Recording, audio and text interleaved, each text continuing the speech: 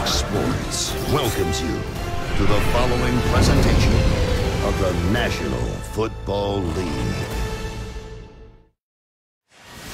Well, it goes back 100 years. They first met in 1921. It was a 20-0 Chicago win. They were the Chicago Staleys at that point, named after the manufacturing company that founded them, became the Bears the next year. And so many storied moments from this rivalry, so many storied characters. And today they meet for the 203rd time. Joe Davis, Greg Olson, Pam Oliver back in Chicago, and it's a rivalry that you got to live firsthand. I did. Early in my career for 4 years, I got to experience this rivalry firsthand. And I'll tell you, when you wake up on game day in Chicago and the Packers are in town, it just feels different, Joe. From pregame, the crowds on their feet, the energy in the stadium right now is amazing. This is as good as it gets in the NFL.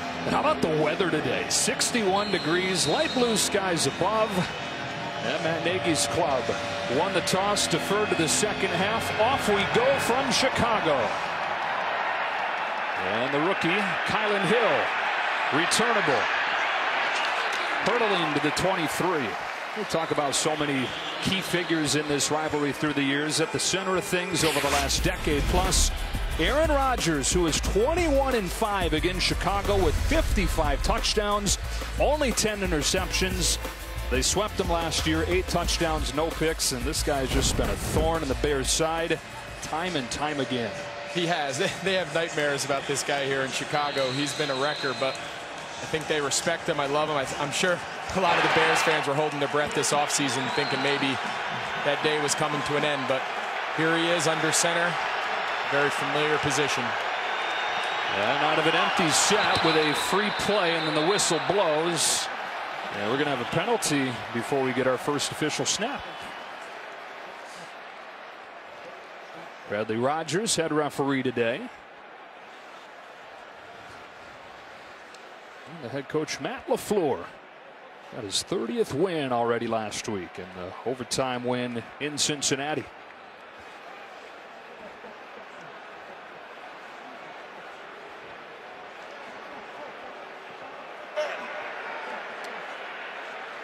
Neutral zone infraction, defense, number 94. 5-yard penalty, first down. That's Robert Quinn. Yeah, you'll see Robert Quinn. He kind of walks up to the line at the end. You know, I'm kind of surprised. Typically, that's a play where you see Rodgers, the center, just kind of snaps the ball and they go free play. But clearly, Elton Jenkins back there at the left tackle spot back today took the free 5 yards by moving. You know, this offense for the Packers, overall the numbers not quite what they were last season when they led the NFL, but they've gotten better, and you mentioned it. They get a little bit healthier today, getting Jenkins back at tackle and the rookie Myers back at center. Rodgers looks to throw on the first play of the day. Now he'll take off with all kinds of room to roam, and he's got a first down to the 45. Aaron Rodgers running for 16 yards on Green Bay's first play. You know, Aaron Rodgers, everyone talks about his arm and his foot, but he's a really good athlete. And again, if you're going to rush him, you can't just pin your ears back and just run like crazy. There was no rush lanes. They've got to rush him aggressively, but also smartly, and get him tight in the pocket, keep him contained. He's a better athlete than a lot of people give him credit for. In his 17th season, 14th as a starter with the Packers. First run play of design, it's Aaron Jones. Back-to-back 1,000-yard seasons, and coming off his first 100-yard game this year. Behind that offensive line that we touched on, Greg, is getting healthier. They are, and they were talking to their assistant offensive line coach, a last name here in Chicago that's very familiar, Luke Buckus. They feel really good. Josh Myers, the second-round pick out of Ohio State this year, back from injury, had a finger. They feel like for a rookie, he can really control things up front. Getting him back, we talked to Elton Jenkins at left tackle. They're getting healthy at the right time up front. They're banged up front, very young up front, too, with a pair of rookies in Myers and Newman. Second-year man and Runyon at guard. Already into Bears territory on 2nd and 4. Rodgers' first throw finds Allen Lazard, and he's got a first down to the 35. Got a gain of 14. You're going to see Lazard. He's lined up right here in the slot, and he's just going to run a little chatter, and he's just going to run a slant and cross face. We've seen so far early Aaron Rodgers kind of spreading them out. He's been empty, 5 wide a few times now. Make the defense declare their coverage, make them declare their rush. A lot of space so far in the middle of the field there. Noteworthy that the first catch of the day goes down on Lazard with Davante Adams stealing the show over the first 5 games of this season. That is St. Brown in motion. First carry for A.J. Dillon. He got hit in the backfield and struggled to get back to the line of scrimmage. But no question, this defense has carried the Bears, and what they do best is get to the quarterback, leading the NFL in sacks, almost 4 per game. Held Las Vegas to just 9 last week. There's an injured player here, and it's Josh Myers, the center, who we talked about just coming back from the finger injury this week. As they take a look at Myers, we'll take a break.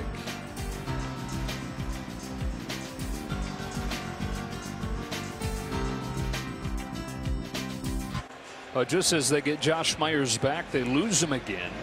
Leaving the game with a lower body injury here. Gets replaced by Lucas Patrick, who started at center last week. Packers on the move here on their opening drive.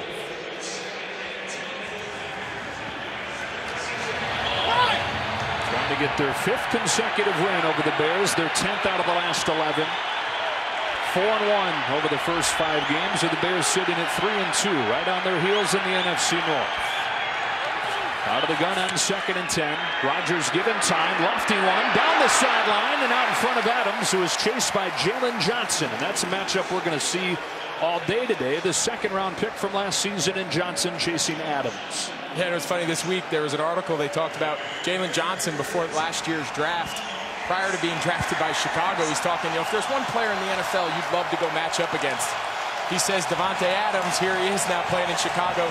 He's going to face him twice a year, but he's up for the challenge. He's a really talented young player. So far this game, he has shadowed. You see him here in the slot. He's shadowing Davante Adams everywhere he goes.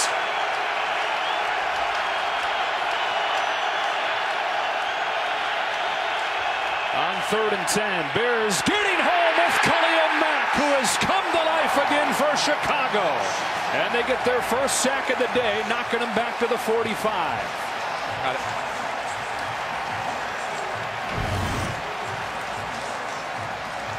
Just a nice up and under move. You see how he just takes the inside. It looks to me like Royce Newman, the right guard, needs to slide with the right tackle, Billy Turner, but his speed off the edge is such a threat that anytime a tackle sets back and wide on him, his counter move, he's going to take the inside. He has really been a force this year. When they traded for him from the Raiders, this was everything they envisioned, and the results through the first 6 weeks this year have been exactly what they wanted. Bojorquez punts his one to Jakeem Grant in his 2nd game with the Bears. Pulls away from the defenders, and a nice return for Grant, crossing the 20. Well, what the Bears defense does best is what you have to do to have a chance at slowing Aaron Rodgers and the Packers, and we got a glimpse of it there with a sack from Mack, and the Bears on offense after this. So here we go. Justin Fields and the Bears out there for the first time today, and in his first career start, week 3, he was 6 for 20. Solid in 2 games since then, and he kind of is the wild card in this whole thing today, Greg. You know the defense is good. They've been leaning on the running game. Can he get going? Dan, as long as the game is close, as long as the defense can keep this game a 1-score game, keep them in it, they can be committed to the run game like they have the last 2 weeks. It's all contingent on how that defense holds up. 76 runs over the last 2 games, and they start this one with a Khalil Herbert run. The rookie making his first career start has 9 on the first touch of the day. We check in with Pam Oliver. Well, Joe, it wasn't more than 3 weeks ago that Bears head coach Matt Nagy told us how much he loved calling plays, but since then he has given up that duty. He also told us that just the other day he has been awesome and that he is in a very good place as a head coach. As he gives it up to Bill Lazor, and that's something that's kind of gone back and forth over the last couple seasons, but maybe 2-game winning streak going since Lazor took over again. Yeah, when you talk to everyone inside Hallis Hall, there's a lot of energy. They feel like they've kind of found their identity offensively the last 2 weeks. You mentioned it, coming off of 2 2-game winning streak, coming back to home against their rival. There's a lot of good energy and vibes now going inside the Bears facility, and see if they can find a way to keep it going. First down, first throw for Fields. He's got the tight end, Cole Kmet. Greg Olson's in the building. Of course, the tight end gets involved right away with a gain of 15. It's a given. It's a given, Joe. The tight ends always ball out when I have their game, but this is what we like to see, right? 2 easy runs on the first 2 downs. Now we're just going to go. We're going to go hard run action, and you see Cole Kmet and Jimmy Graham kind of in a double tight end wing there on the right. That's easy, right? Get your young quarterback some completions. Get your young quarterback out on the perimeter. Let him feel the flow of the game. Jakeem Grant comes into the game, most of his special teams in his Bears debut last week. A fumbled snap that the Bears were able to get on with Herbert jumping on top of it. This drive, which was gathering some steam, now has a loss of 5. Oh, I never got to him. He never got the ball up. That's not on Justin Fields at all. Sam Mustford, the center, the ball fell out of his hand. It kind of got stuck in this long, soft Soldier Field grass that is known throughout the league. Aaron Rodgers was talking about that. He said they've done a better job at keeping it well manicured. This time of year, it's pretty good this time of year. Call me in a month. Yeah, he said that early on in his career, too, there was times he'd come in and it'd be like up to his ankle. Builds character. Lets this one rip, and right in the money for Darnell Mooney, leading receiver for the Bears, who had that breakout game against Detroit 2 weeks ago. He's got 9 here. Against a Green Bay defense that, a lot like the offense, not very good in the Week 1 blowout loss to the Saints, but better and better since. Yeah, when you talk to the defensive coordinator, Joe Barry, he said, at Week 1, we hadn't played a lot of the starters. We were trying to figure out what was life going to be like without Zadarius Smith. He was kind of battling an injury at that point. They've started to find their rhythm these last 4 weeks, creating a lot of turnovers, top 10 in most categories. As the year's gone on, the system has started to click. First third down. There's Robinson dropped in the bucket for a Bears first down. Allen Robinson with a 19-yard reception. They're trying to get Allen Robinson going here. You see him, he has inside leverage by the corner. There's a little hole shot. Joe, they call that a hole shot. It's in front of the safety, off to the boundary, behind the corner. We've seen 2 really nice throws from the pocket, though, out of Justin Fields on the last 2 snaps. Going hurry up tempo here, keeping the pressure on. And how about an empty set? This is very un-Bears-like from the last couple weeks. Fields given time to step into a throw. It's into the end zone and a flag flies. Wanted Goodwin, and he got ripped to the ground by Adam. No question about it, and the Bears will be on the doorstep here on their first drive. This looks a little different here. This is a little different style. Defense, number 24. Ball's placed at the 1-yard line. Automatic. First down. Yeah, and he has him beat. He's just running just a real basic post route, right? It's just a timed rhythm. He's going to hit his outside foot, cross face of the defender. The guy just tackles him. This is stunning, isn't it? 13 trips into the red zone against the Packers defense this year, 13 touchdowns. Yeah, that's almost hard to believe, in today's modern NFL. It's about getting stops. You see him break the huddle. They're getting lined up. Quick snap here. 4 receivers to the right side. They shovel it to Cole Kmet. And he is dropped for a 1-yard loss by Devondre Campbell. Yeah, they built a little quad kind of diamond formation, and they tried to catch him off guard. You see him here. They got 4 guys. They ran up quick out of the huddle. Quick snap. Trying to get Green Bay lined up. Devondre Campbell kind of sniffed it out and found it. Good creativity, though, there on first down on the goal line. I don't mind it. So now 2nd and goal from the 1. And a jumbo tight end, jumbo tackling at tight end here. It's Herbert, sticks the nose down and gets in. Touchdown Chicago. And it's the rookie striking first.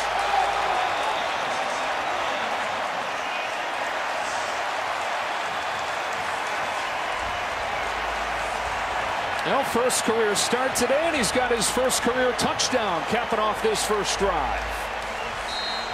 We talked in the open, Joe. We said, is today they kind of open the offense up? Well, based on the first drive, it seems so. They cap it off here with just a true downhill run to the rookie, Herbert. But the whole drive, he was in rhythm. They got him an early completion. Saw him throw from the pocket. That's a very encouraging first drive here by the Chicago Bears. Cairo Santos hands the extra point. Khalil Herbert from fourth string to starter into the end zone for the first time in his NFL career. And the Bears feeling it early. Well, the injuries they've had at running back, Khalil Herbert finds himself starting, and then recently Damian Williams placed on the COVID list. So Herbert into the end zone after an 8-play, 80-yard drive, and Justin Fields goes 3 for 3 with an offense that looked completely different than we've seen the last 2 weeks. We did. I mean, he's throwing from the pocket on time. Of course, he got the big pass interference. They saw him move the pocket on the third play that he completed to Cole Kmet. We saw a little bit of everything, and that's the guy they feel they drafted. That's the guy they feel is the future of their offense. Packers will get it again. There's still time. Fox Super 6 is giving you a chance at $100,000 at Terry Bradshaw's money. It's free to play. Enter now and pick 6 outcomes from today's game for your chance at $100,000. Scan the QR code, download the app, and play for free. So the Packers marched it down the field on their first drive, but ultimately a sack led to a punt. Rodgers and the Packers back at it again here.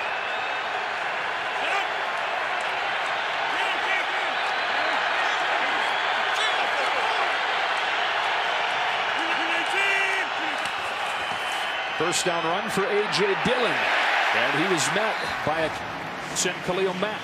Checking with Pam Oliver. Joe, a finger, now a knee injury for the Packers offensive lineman Josh Myers. The Packers rookie center is listed as questionable to return. He missed last week because of that finger injury. Back to you. Okay, Pam, and we were talking on that first drive. One of the reasons Green Bay is encouraged about the way the offense is, the arrow pointing up, is that young group getting healthy again, but they lose a key piece in Myers on their first drive.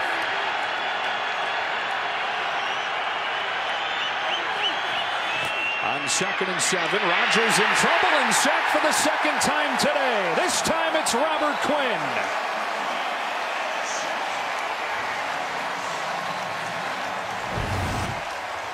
You see Robert Quinn right here. He's just going to win with speed. He gives a little club with the outside arm. He just runs right around Elton Jenkins. Looks like Spider-Man there. Matrix, what a good play. I'll tell you, we talked coming in, these two rushers can impact the game. We've seen Mack on the last drive. We see Robert Quinn here. And so 3rd down and 14. They rushed just 3 this time. Still able to move him off his spot. He throws low underneath. A gain of just a few as he hits Robert Tonyan. Xavier Crawford with a tackle, and it's 4th down as we check in with Carissa Thompson. Carissa, Bengals team that took the Packers into overtime last week in a wacky game down in Cincy. 25-22 win for Green Bay. 2 drives, 2 punts for Bojorquez. Here's Shaquem Grant. Got loose for a good return his first time. This one's coming back with a block in the back. Yeah. Making something happen again, but all for nothing as he takes it back across midfield. There's Marquis Christian, who's going to get called for the block in the back. And he is slow to get up.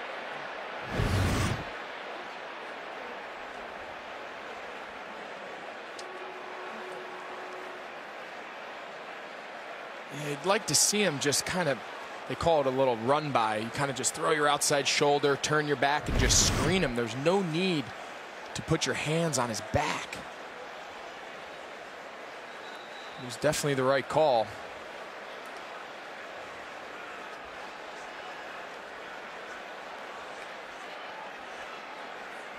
So Fields and the Bears ready to go back on offense, just waiting for this call to become official on the spot. Continue to take a look at Jakeem Grant. There are 2 fouls on the play, both by the receiving team. Holding number 36. That penalty is declined. During the return, blocking the back, number 23. That's 10 yards from the end of the kick. It's during the kick. It's 10 yards from the end of the kick. It's first down. Timeout. All right, so it's all sorted out. The Bears will have it again on the other side after Robert Quinn and the defense come up with another stop.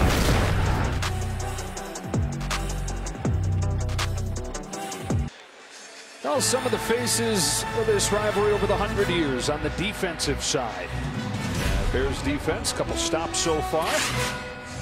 A lot of confidence for the Bears. We talked about it, feeling good around the facility, thinking that they're legitimately a good team, sitting at 3-2, a chance to prove it today against the first place and 4-1 Packers. And off to a good start with a 1st and 10 after an 8-play, 80-yard touchdown drive to begin.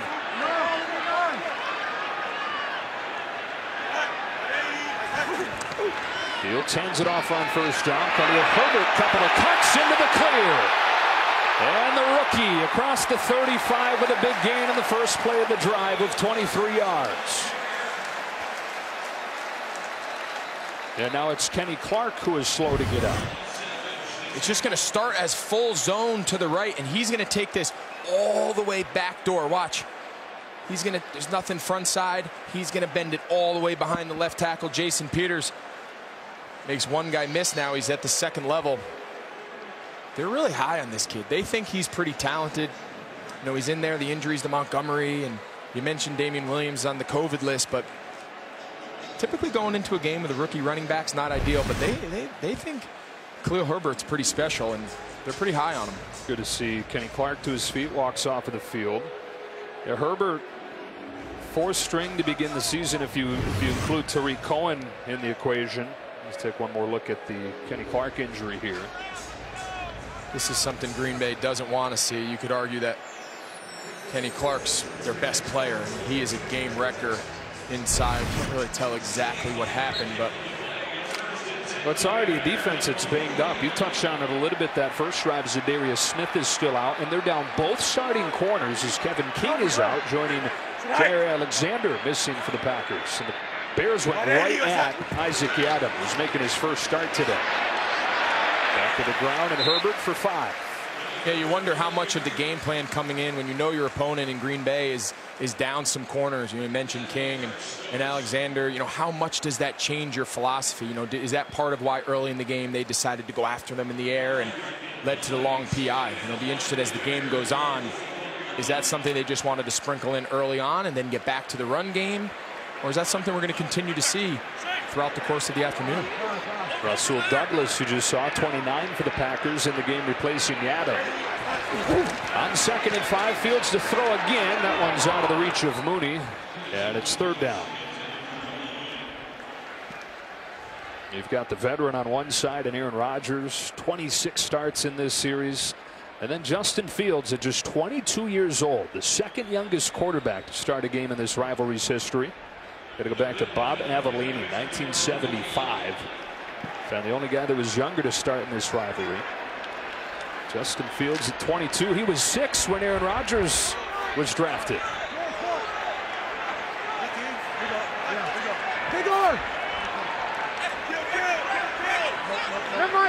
Converted 3rd down on their first drive. On 3rd and 5 here, Fields pumps, runs, won't quite get there. A yard short. Got tripped up by Rashawn Gary, and it's 4th and 1. Yeah, I think they're going to go for it here, Joe. I think around midfield, maybe half a yard short. Yeah, I think they're going to go for it. I like it. They're going hurry up tempo. Going to try to catch Green Bay with the wrong personnel group on the field. They got a lot of defensive backs. Out of the gun on 4th and short. It's Herbert straight ahead. Got spun down right at the marker by Amos. It'll depend on the spot, but the safety comes up and makes it very close. Looks like they've spotted him with just enough for a Chicago first down. I like the idea behind it, right? On that last 3rd down, the Packers had mostly defensive backs, only one linebacker in the middle there. You see Devondre Campbell, but Adrian Amos comes down, the former Bear, and stones him in the backfield. That was really close. Herbert nonetheless, Ford gets first down. If you're the Bears, you got to go for it there, don't you? 4th down and 1. Challenging They've this. talked about this week, and they are. Green Bay going to challenge. So they will take a look at the spot here. Green Bay is challenging the ruling on the field of a first down. Timeout. And as they do, we'll take a break.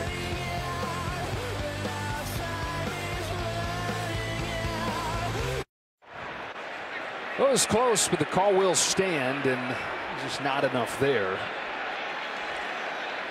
Great play, though, by Adrian Amos. Sure was. But you see him right there. The ball's in his left arm. As you said, it was close, but I think upon review, that play's not getting overturned. So the Bears convert 4th down and 1. 2 minutes and 12 seconds. Thank you. Get the clock back where it needs to be. They change running backs now. Artavis Pierce comes on, replacing Herbert, who's off to a good start.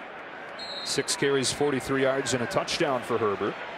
And now Pierce, just elevated from the practice squad, making his season debut. At 6 carries as a rookie last year. Takes the fake on first down. Fields lets it go, and it's over Mooney's head. He was chased by Chandon Sullivan.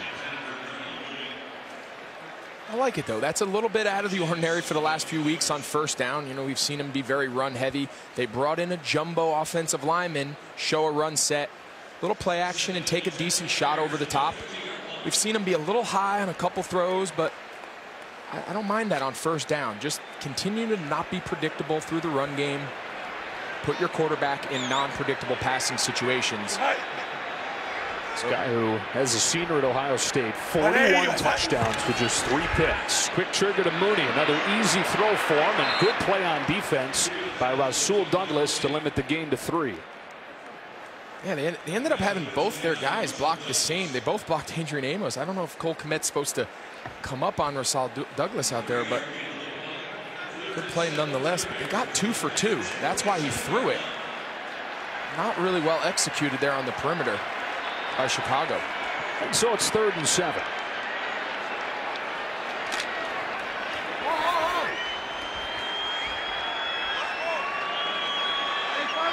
Herbert back in.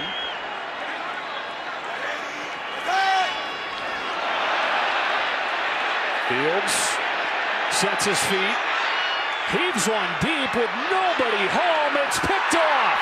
Darnell Savage, the interception.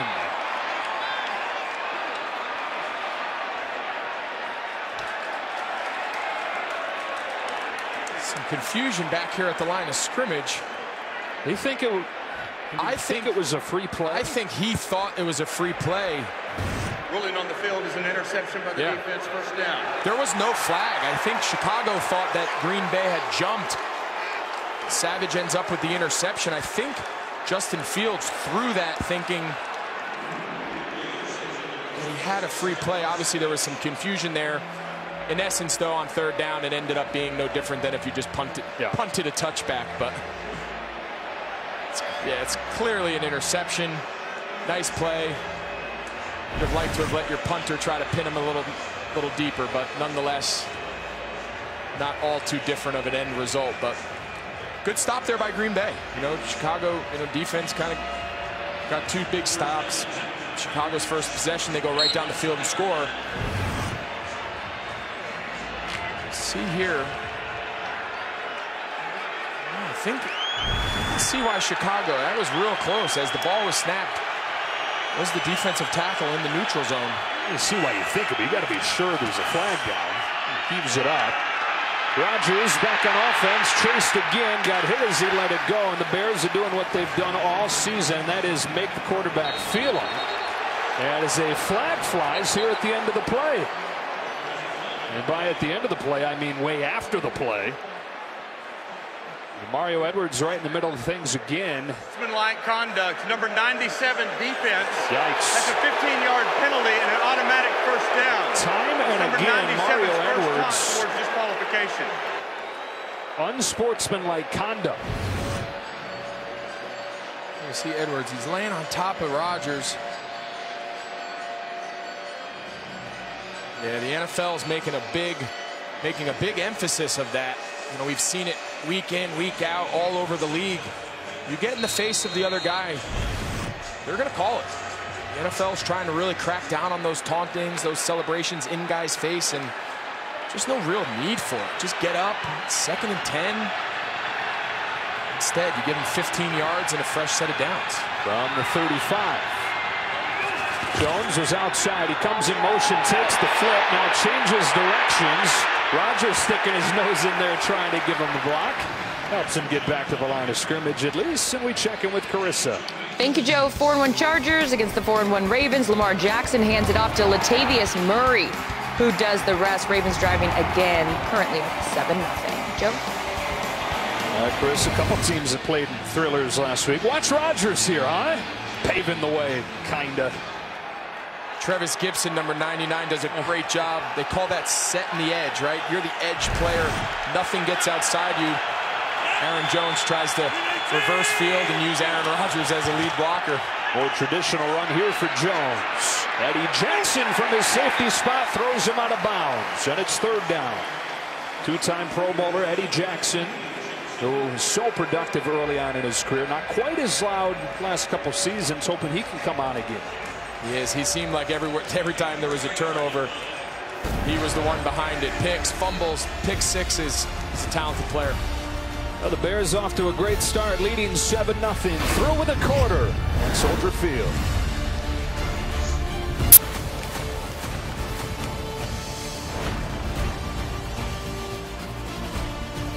Well, it is all Chicago so far. 7-0 they lead. 100th anniversary of the first matchup between these franchises, and the Bears defense, which has carried them to this 3-2 start, was the story in that first quarter. Man, the formula that they wanted coming in, getting after the passer, getting Rodgers off his spot. So far in the first quarter, played out exactly how they would have drawn it up. Well, they sacked him twice, just 1 passing yard through the quarter. And 3rd and 7 to open the second. Out of an empty set, they bring 4. Quick trigger over the middle. It'll be close as he found the tight end Tunyon. Boy, they've spotted him right at the marker, right at the 45-yard line. See Tunyon, he's going to work on Roquan Smith. He's just going to run a 1-step slant, big body, get between the quarterback and the defender. I think call timeout. And now maybe Chicago's turn to challenge a close spot on 3rd down. It's interesting, though. I think they just called timeout. I don't believe they challenged it, Joe. That's interesting. You're almost better off challenging it if you're going to end up using a timeout anyway. Take a look at it here.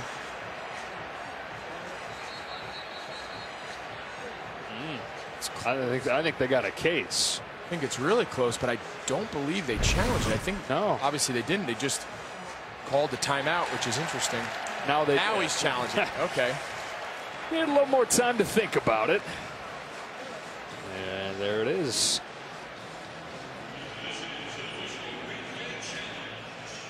So we'll see. It'll be the 1st down for the Packers, or 4th and a couple inches. Chicago is challenging the ruling on the field of a 1st down.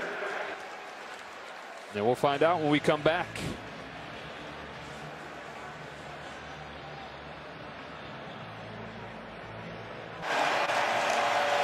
Needed the 45, knees down, and he's just shy of the 45, so it's been overturned, and it's 4th down for the Packers. They will go for it.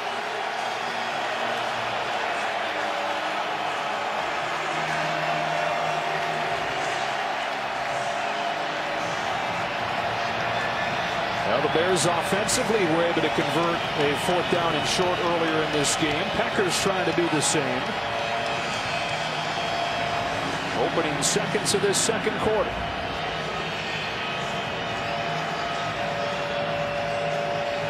Tension's killing me.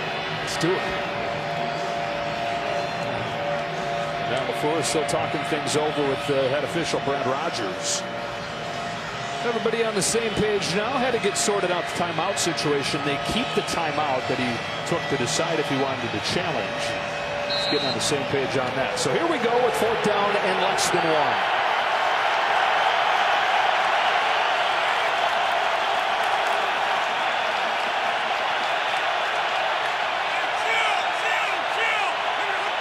It's a quarterback sneak and a 1st down. Sometimes why overthink it, right? Just keep it simple. Keep it simple. You see he's got a huge void right here over the center. A lot of times what happens is these are checks, right? There's a run play called, and then he has some sort of an alert. If he likes the quarterback sneak, he can just alert, set hut, take the space the defense gives you. I like that call there. I like the aggressive approach by Matt LaFleur. Put the ball in the hands of your best player. The three-time MVP gets the first down. From the 45-yard line, Aaron Jones back in the game at running back. He's got it with nothing there. He's shot down, barely back to the line of scrimmage. Roquan Smith was in there, so is Danny Trevathan. And it's 2nd and 10. Bears are excited to get Danny Trevathan back, kind of bringing him along slowly. Told us they're trying to keep him in on run downs. They feel like he's a tackler, right? He's a ball, nose on the ball, go track the ball down. But they say we don't want to overdo him. We don't want to overdo him in pass coverage and give him too many snaps right away. So he gives them a real nice change.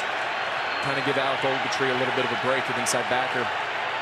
That's been a starter each of his first 5 seasons with the Bears. Here's Davante Adams getting loose for the first time. A big gain inside the 25 for the NFL's best.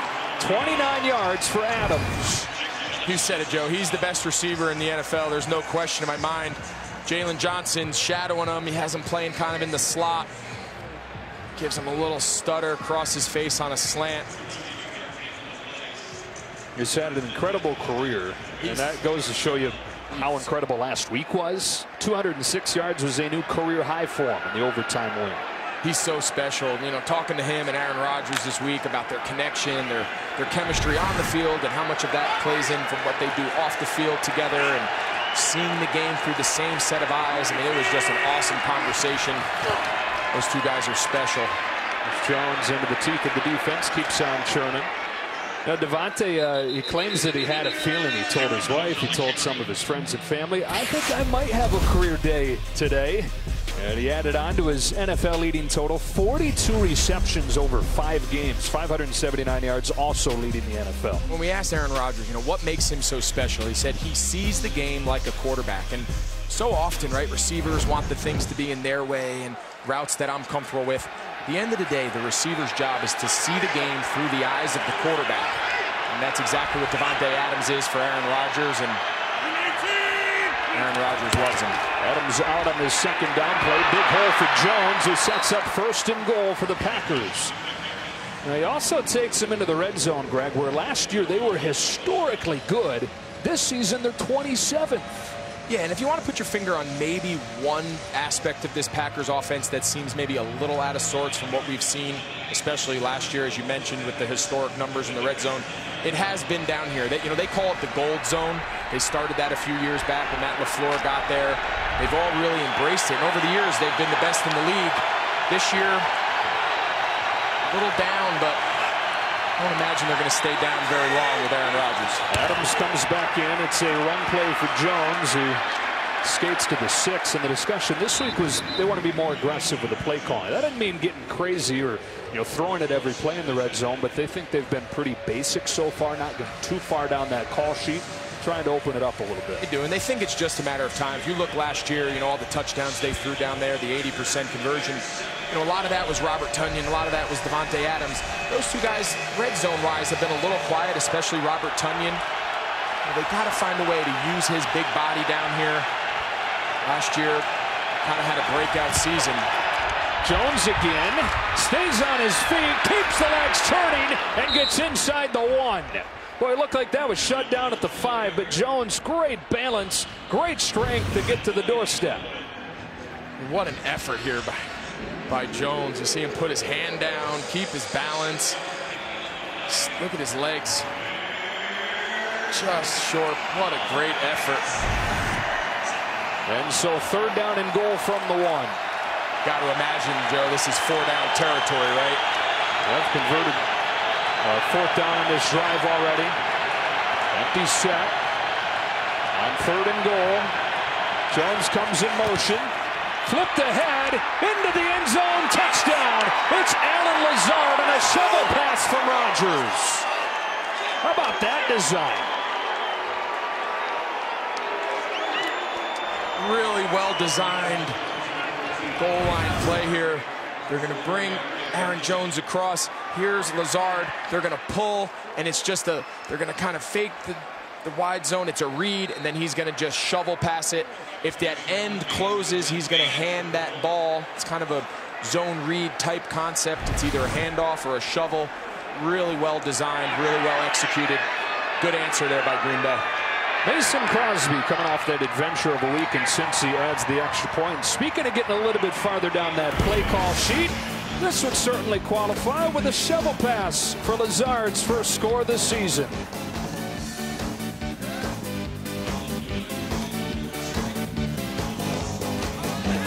All tied at 7 midway through this second quarter. It's been a good one so far. The NFL's oldest rivalry on a perfect Sunday afternoon in Chicago. Packers tying the game. Evan Lazard officially with a touchdown catch. The easiest one he'll ever get. Jakeem Grant, good to see him back in the game after he left with an injury earlier. We'll return this one from inside the 5. Recent acquisition, Jakeem Grant, with a good return crossing the 30. Well, that Packers touchdown drive began with an interception on a play where it looked like Justin Fields thought that he had a free play with that movement, but the flag never flew. And so this interception holds up for Darnell Savage. And the Packers turn it around, and a little bit of help with a penalty on Mario Edwards. 4th down conversion on 3rd and goal from the 1. The Packers are in the end zone, and the game is tied. I said it, Joe. We got a good one on our hands here. I think it's been pretty fun so far to watch, and both teams seem like they're settling in. Bears have opened it up a little bit more than we've seen the last couple weeks with Fields, whose first throw of this drive is incomplete. It's 2nd and 10, and we check in with Carissa. Thanks, Joe. Rams trailing 3-0 against the Giants. Matthew Stafford finds Robert Woods wide open over the middle for this 15-yard score. Woods' 3rd of the season so far. Rams up 7-3. Joe. Trying to get to 5-1 against struggling Giants. So 2nd and 10 coming here for Fields and the Bears.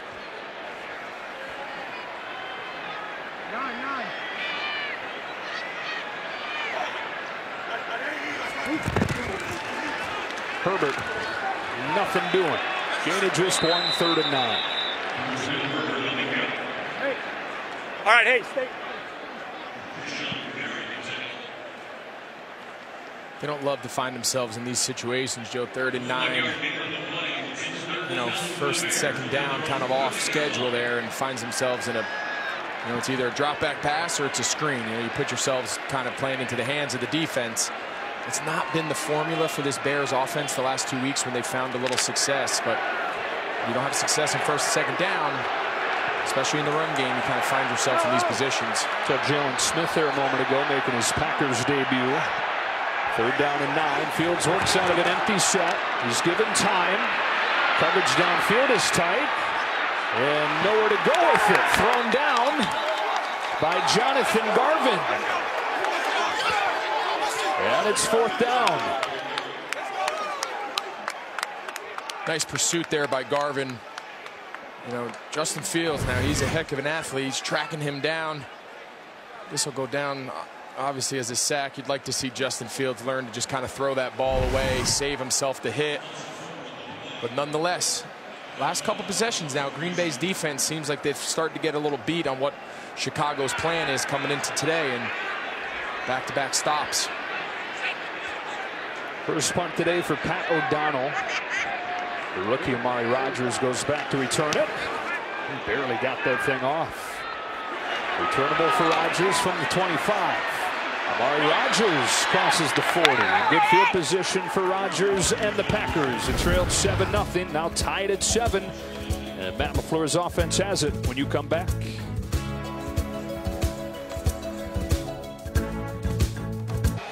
Matt LaFleur now in his 3rd season as the head coach. Back-to-back 13-3 records. NFC North champions both seasons, and it's proven to be pretty good marriage with him and Aaron Rodgers, and of course the old coordinator Nathaniel Hackett. When you talk to the 3 of them, they all recognize it's been a little bit of a journey. You know, they said, you know, from where they started 3 years ago to where they are today, they feel like they're in such a good place. The collaborative nature of the three of them. You mentioned Hackett, the offensive coordinator. Matt LaFleur is, of course, the play caller, and Rodgers kind of blending their styles all together for this offense. A.J. Dillon on first down with a big run, and he breaks into the secondary. Second-year man out of Boston College, a bigger and bigger piece of this Packers offense, rips off 38. This is just your traditional power play, pull the backside guard, down, down, down, kick out, and look at the cut. That's where that play comes out. That is a big man running in the open field. It's 247, but he can run, and that vision that you saw with that cut. It's a perfect type of play scheme for his running style, downhill. Saw him cut at the second level. They got some combination between Aaron Jones and A.J. Dillon. Biggest play of the day for the Packers. Sets up first down at the Chicago 22. Dillon again. This time gets pushed back. Gain of 2. A.J. Dillon, as a rookie last year, 242 yards. Most of that came in one game against Tennessee. He was behind Aaron Jones, and Jamal Williams is still with the Packers. But as he's gotten a bigger role this season, they feel really good about where he's at.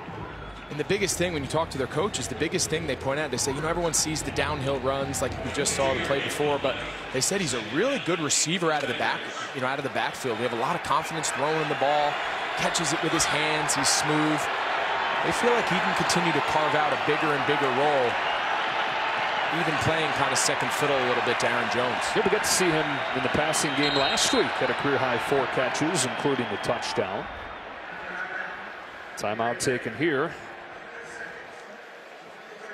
6:32 left to go in this half. Start Saturday strong with America's favorite pregame. Big noon kickoff, and then 8th-ranked Michigan looks to continue its unbeaten season against Northwestern in the Big Noon Saturday game of the week, all starting Saturday morning at 10 Eastern on Fox. There's the left guard, John Runyon, former Michigan Wolverine. Part of this very young, inexperienced interior. You talk about Myers and Newman, the rookies, but they pretty much look at Runyon as a rookie, starting for the first time this year in his second NFL season. Yeah, and for a team that's really had a lot of veterans over the years on the offensive line, of course, they're missing David Bakhtiari. They had Beluga, they had Corey Tint, Lindsley. They've had a lot of old, experienced guys. They've said it's kind of fun. We got 3, in essence, rookies in the interior of the offensive line. We've enjoyed it. Aaron Rodgers said it's like he's got a bunch of young kids he's trying to teach, but they've really embraced these 3 young guys. They think that the future is really bright. Offense has gotten things going after the slow start. Play action here on second down. It's a screen that they drop off to Jones. He turns the corner, lowers the shoulder, and makes it 1st and goal. Aaron Jones with the reception, and he takes it to 12 yards, stopped by Roquan Smith. Just mentioned John Runyon. You're going to see him here at left guard. Watch the timing here. These screens are all based on the timing. Look at Jones get right behind him and Lucas Patrick. The relationship between the back and the offensive linemen who are getting out in space to lead the way is critical on those screens. Runyon and Patrick both did a great job there getting in front of Aaron Jones. Packers back into the red zone here. 1st down and goal. Back to A.J. Dillon, who gets blown up by Quinn. Robert Quinn, a resurgent year, really having the kind of year they hoped that he would have when they signed him to a 5-year contract going into last season. He has come alive again. I used to hate trying to block defensive ends. He's in a 2-point parallel stance, no hand on the ground. I used to say to the coach, like, give us a chance. Trying to block Robert Quinn. And I feel for Tunyon there. That is tough duty. Get us on the line of scrimmage, close the space down. I used to hate that. Those defensive ends now, they're getting harder and harder to block every year. Don't make it easier on them. Quinn, 2-time Pro Bowler, former Defensive Player of the Year. Doing it again here in his 11th season. Rodgers floating, back corner of the end zone and incomplete. He wanted Lazard, who was covered by Crawford. And just like that, it's 3rd and goal. This defense is based on, tackles for loss, sacks. Get the offense off schedule, right? So when people talk about being on schedule, 1st down, win the 1st down by getting 4 or 5 yards. On 2nd down, get half back, right? There's a whole formula for success rate. The second a defense can force tackles for loss, of course, sacks, it changes the offensive philosophy on how to approach that series.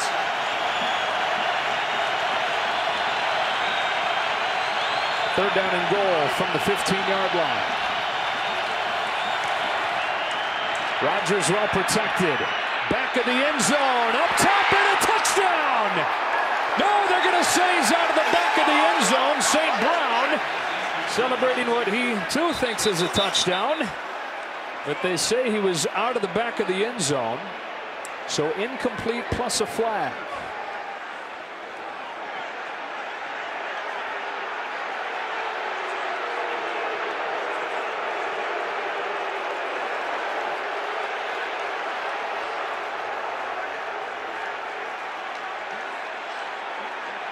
Quite a bit to sort out for Brad Rodgers and this crew so far.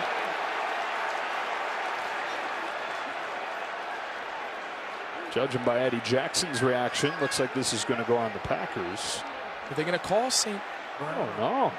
On PI? I want to say they're going to say maybe he shoved the defender in the back. Let's see what they call. Pass interference, offense number 19. Yeah. That penalty is declined. The result of the play is a 4th down. So that's exactly what it was. Equanimous St. Brown, who's got just one catch this year, thought that he had gotten a touchdown. Instead, it's 4th and goal, and Mason Crosby comes out. Yeah, in live action, it was hard to see, how much did his hands on the back, impact. But I'll tell you what, he went up and competed and caught that ball. It was a heck of a catch, but clearly was aided by his own pass interference penalty now, and they're going to have to settle for a field goal. Which normally is automatic when it's Mason Crosby. You see St. Brown here.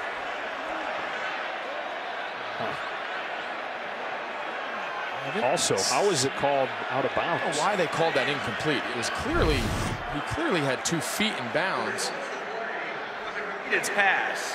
Okay, there you go. Okay. Pass interference, They changed number 19 offense. It'll be a 10-yard penalty from the previous spot. Well, that was not what Will the be initial 3rd down. call was.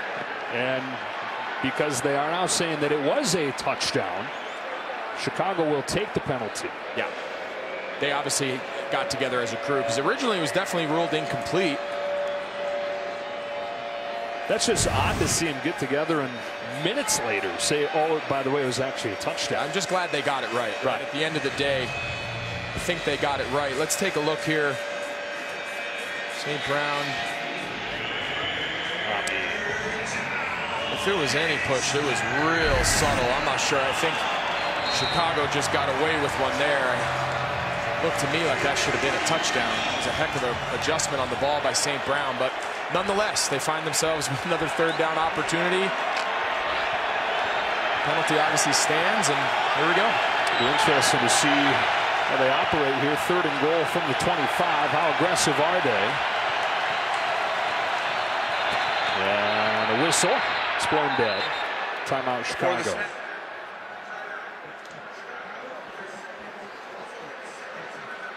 And now this from State Farm.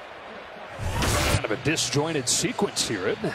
It has. It's been a little. This game's gotten a little out of sorts here on this possession. Thought that was a questionable PI call. I feel like we said, the Bears kind of got away with one there. Nonetheless, here we are. So 3rd down and goal as they take the penalty on what was ruled a touchdown.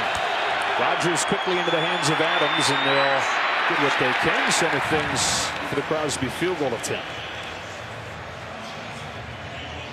Yeah, that's a designed run after catch. Everyone else is just blocking. They're just saying, we're going to get that ball. That defense is really soft.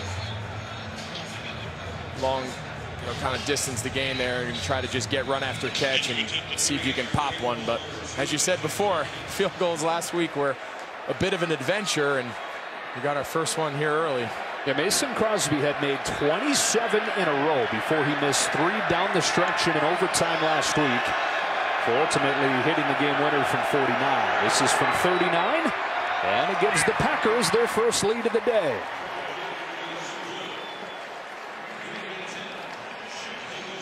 So Green Bay has to settle for 3, but they do get the lead at 10-7. Trying to get their 5th consecutive win.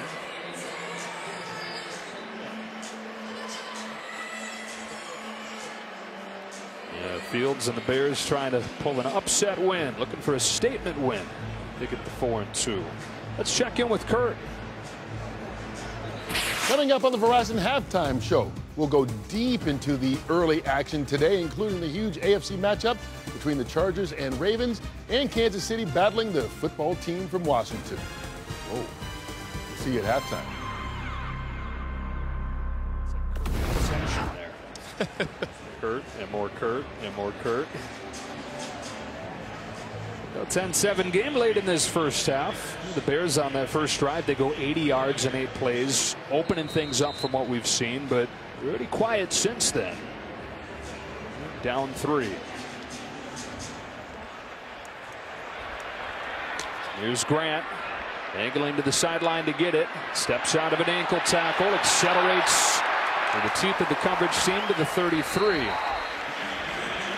Well, the lone touchdown for the Bears today came from Khalil Herbert. First NFL touchdown for the rookie out of Virginia Tech. And it comes in the Bears-Packers rivalry. Does that sound familiar? It does. Years ago on a Sunday night at Lambeau. First career touchdown for Greg Olsen. Should that have been called a push-off on you? I don't know. But in 2021, that is not a touchdown, Joe. I got pushed out of bounds, but that was many moons ago when the rules were a little different. It is Herbert on the first play of this drive into the arms of Kiki for a few. What it was like to be young. What it was like to be young, Joe.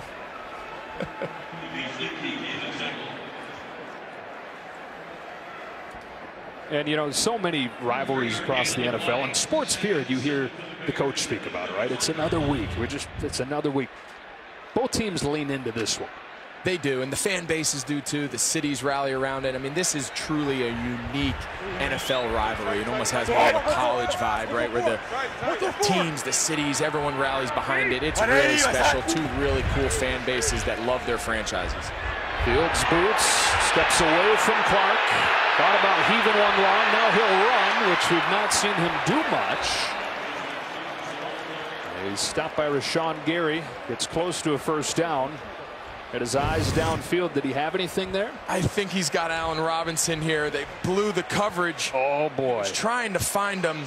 I'm not sure what spooked him, but they got the look they wanted on the play action kind of half boot. They were trying to take a shot, and it just didn't seem like Justin Fields could find him in the midst of the pressure. He does get a first down running. And when we talk about the Bears opening things up a little bit, him running, and that obviously was not designed, but that's something you expect when they're doing what they're going to do eventually with him. You'll see more of. This is a good runner at Ohio State, a very fast runner. It hits Robinson for 5 yards on first down here. It is his skill set, right? The idea of coaching, right, is to build a plan around the skill sets of what your players do really well, and then build it also around protecting them from maybe what they don't do well, right? So as I imagine, as this continues to evolve and this offense continues to be built around Justin Fields and what he can bring to the table, you know, you'd like to see some more design runs, some more of the, you know, kind of college style stuff. We'll see as this goes on. Yeah, second fastest quarterback ever at the combine. 2-minute warning at a 10-7 game. Fourth start for Justin Fields. He's gotten a little bit better with each of them, and he completed his first 3 today, but has gone 2 for 6 since.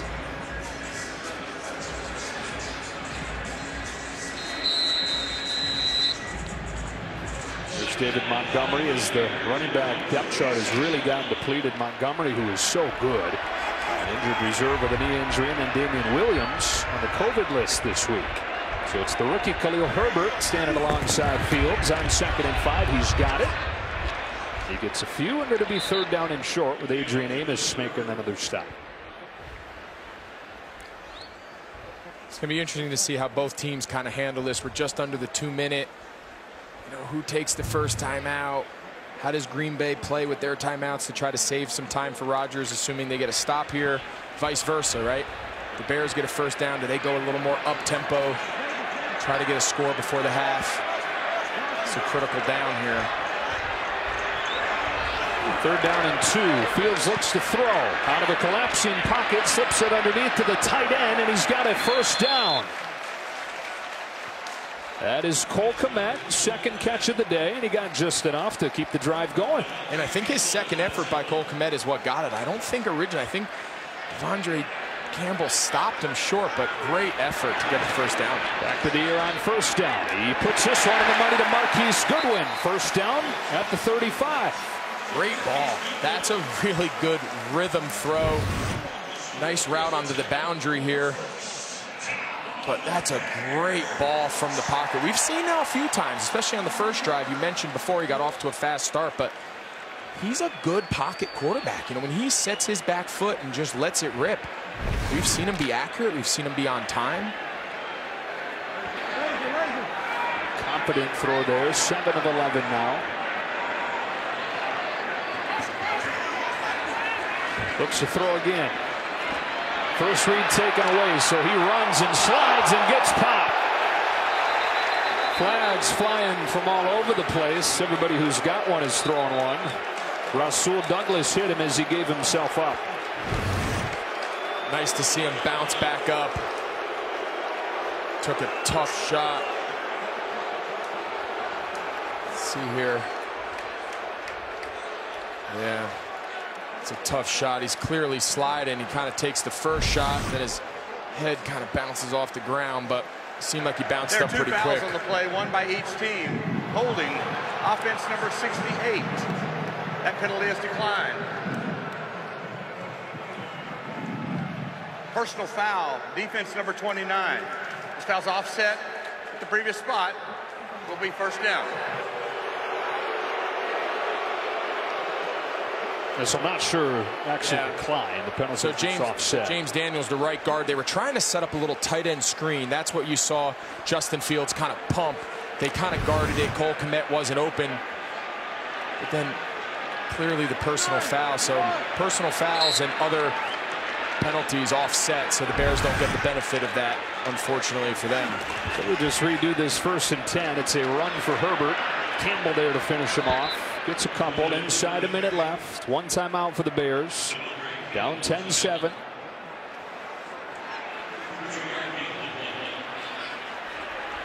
Second and 8. Fields with a straight drop. Scrambles to his right. Floats one down the field. Again up for grabs and picked. But out of bounds. Amos gets his hands on it, but out of bounds, and they dodge a bullet here. See Amos, he's got it there. His left toe down. It's hard to say. Right foot's really close. Let's see, Joe. Is his left foot down when the ball is caught? It looks like it is. Does he have it controlled? You could argue not. Yeah, they're not going to. Didn't seem like he had quite control of the ball there in his hands when his left foot was still on the ground. Yeah, they are going to take a look. Yeah, let's see.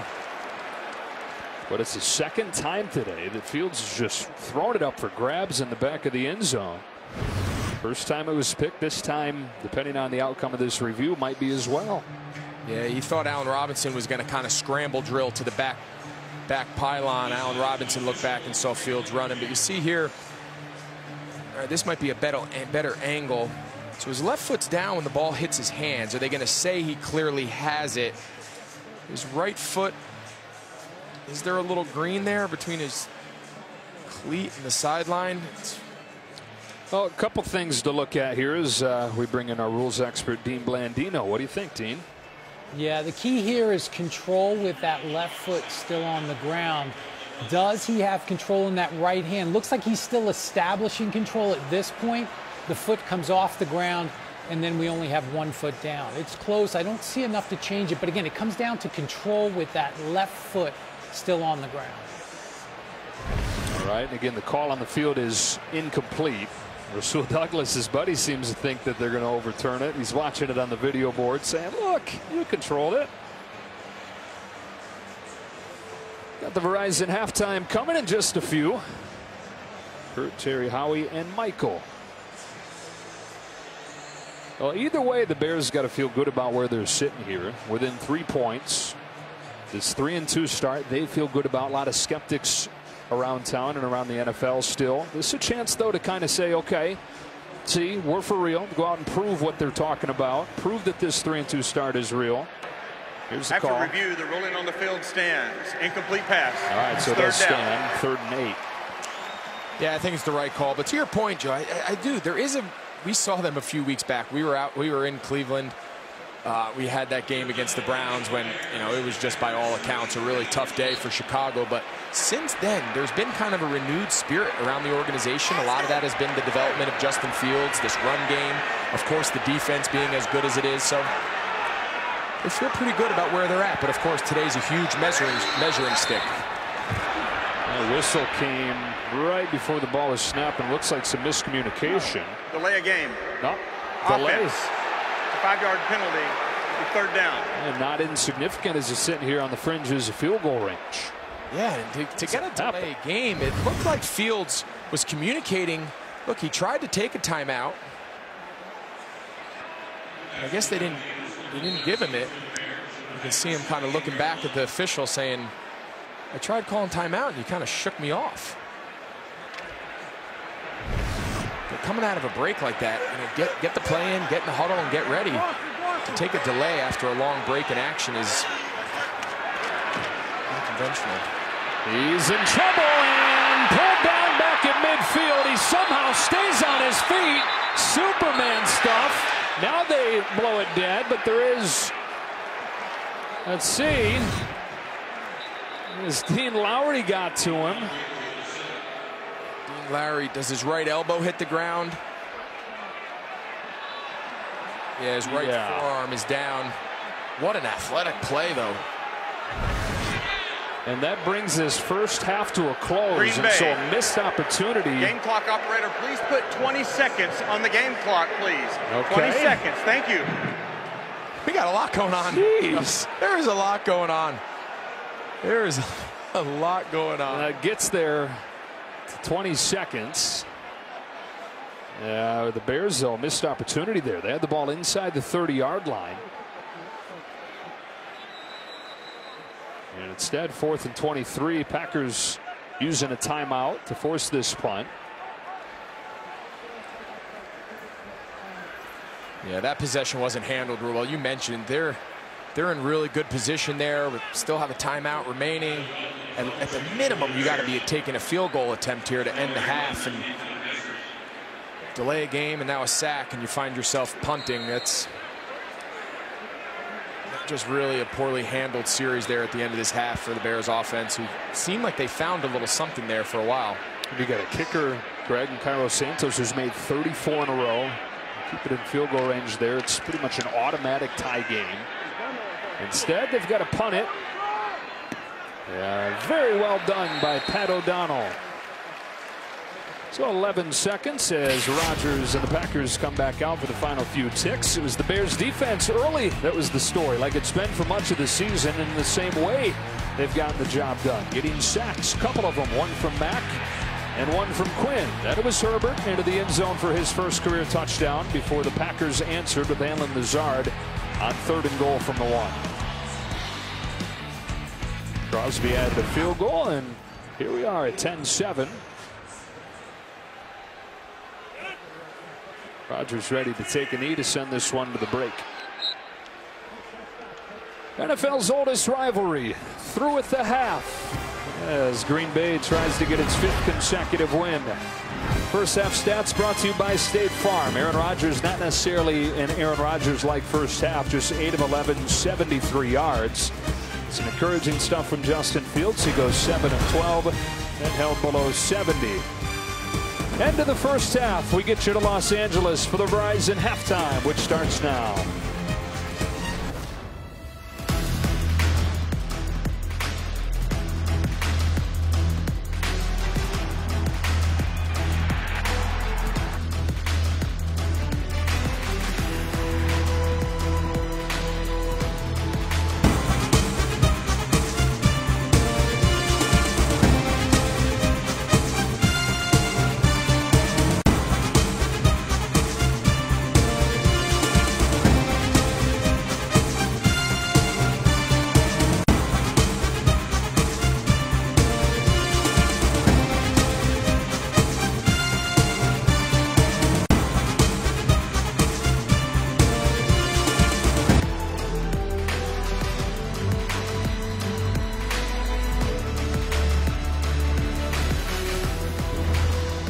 today's game flow brought to you by Progressive as we welcome you back to Soldier Field.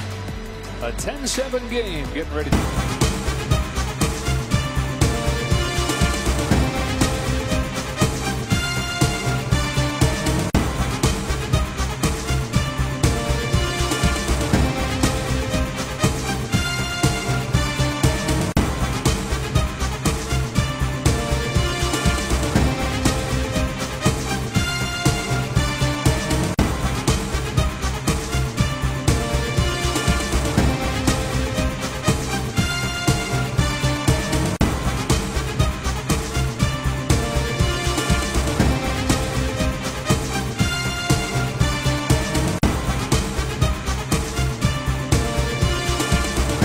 Second half, we welcome you back inside. Joe Davis, Greg Olson, and both teams got to be sitting there kicking themselves over a few disjointed moments in that first half. There was. It seemed like both teams, once it seemed like they got into a rhythm, kind of lost it. We had a couple controversial calls. One took a touchdown off the board, and then the interception at the end of the half, which led to a delay game.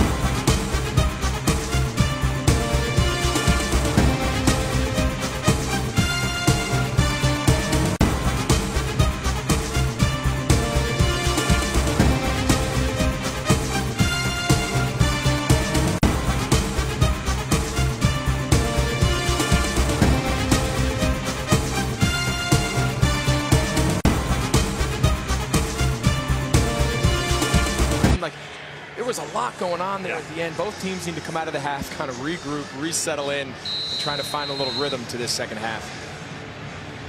203rd meeting between the Packers and the Bears. It'll be the Bears to get it to begin the second half. Jakeem Grant.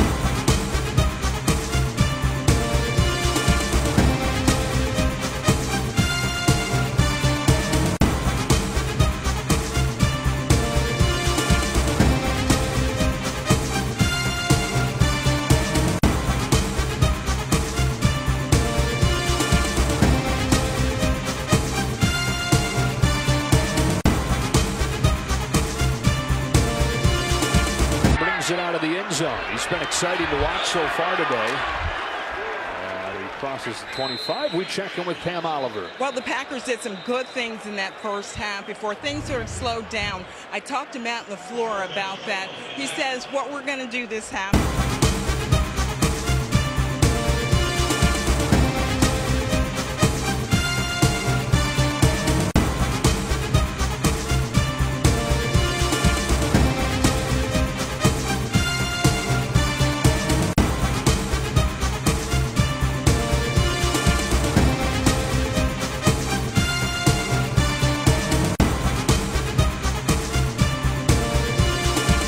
Is keep running the ball. 81 yards for them on the ground in that first half. Defensively, what about Justin Fields? He said, we just have to be smart. We've got to get our rush going and keep him under pressure. All right, Pam, as Fields ducks under center, certainly showing flashes again of what the Bears and their fans are so excited about. Starts the second half with a handoff and a big run for Herbert. A gain of a dozen for Khalil Herbert, who's over 60 yards on the day. And an injured player as they come to take a look at Darnell Savage. We go back to Pam. Matt Nagy, meantime, I asked him about the up and down half for Justin Fields. And he said he needs to stay composed. As a team, he said, we've got to fight and play smart. Okay, Pam, done just enough. To 3-2 at this point. Coming off a very complete win against Las Vegas, 20-9 last week. As Darnell Savage, starting safety, is slow getting up on this play. Yeah, he took the left knee of Herbert kind of to the side of the head when he went low on that tackle. It's good to see him kind of up on one knee here, and the doc's obviously checking him out pretty thoroughly. It's a very banged up Packers defense to begin with. No Smith, no Alexander or King. Both starting corners are down. And now starting safety Savage leaves the game. Already with an interception under his belt. Replaced by the second-year man Henry Black, who's been mostly a special teams player.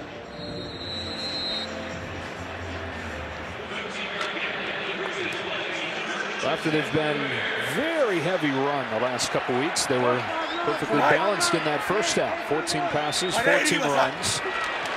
And a couple runs to begin the second to Herbert. Surge over the left side of that line for a few. Khalil Herbert, 6th-rounder out of Virginia Tech, and they said they have really no idea how he dropped as far as he did. Down to the 6th round, but very high on him. Yeah, getting his chance to be the starter for the first time today. Yeah, and it's not often a team finds themselves on their 3rd, 4th running back and still feels like they can go in and have that element of their offense control the game. But that's exactly how Chicago feels about him. They said he's not your typical rookie. His approach, his attitude. Takes the fake here. Jalen Smith all over Fields. They dump off a screen that he can't haul in. Not an easy catch, but that is something they say they're very impressed with him, is his ability to catch. And not seen that in games yet. Yeah, Matt Nagy told us, you know, he kind of blew him away in camp this year, reminded him, you know, back in the day, you know, he could, you know, Tyreek Hill never dropped the ball in his first camp, and he kind of compared him to him. And here, first time he gets a chance, we hype him up and has some room to run, and obviously doesn't come down with it. So 3rd and 6. First drive of the second half for the Bears. Fields back to throw. In trouble. Right into the arms of the defense and down. It was Jonathan Garvin who's having a productive day for the Packers. And the punt team comes out. Yeah, it seemed like Justin Fields kind of took his eyes off the coverage, and his route concept's pretty quick. Take a look here. He's looking at, now his eyes kind of go to the ground. He became a runner. Protection wasn't too bad. It seemed like he had a chance to buy some more time, but you know, credit to Green Bay. You know, these last few possessions, they've came up with stops when they needed to, and they start off the second half getting off the field, giving the ball back to Aaron Rodgers. Kind of microcosm of how their season's been. Bad early, better and better as it goes on.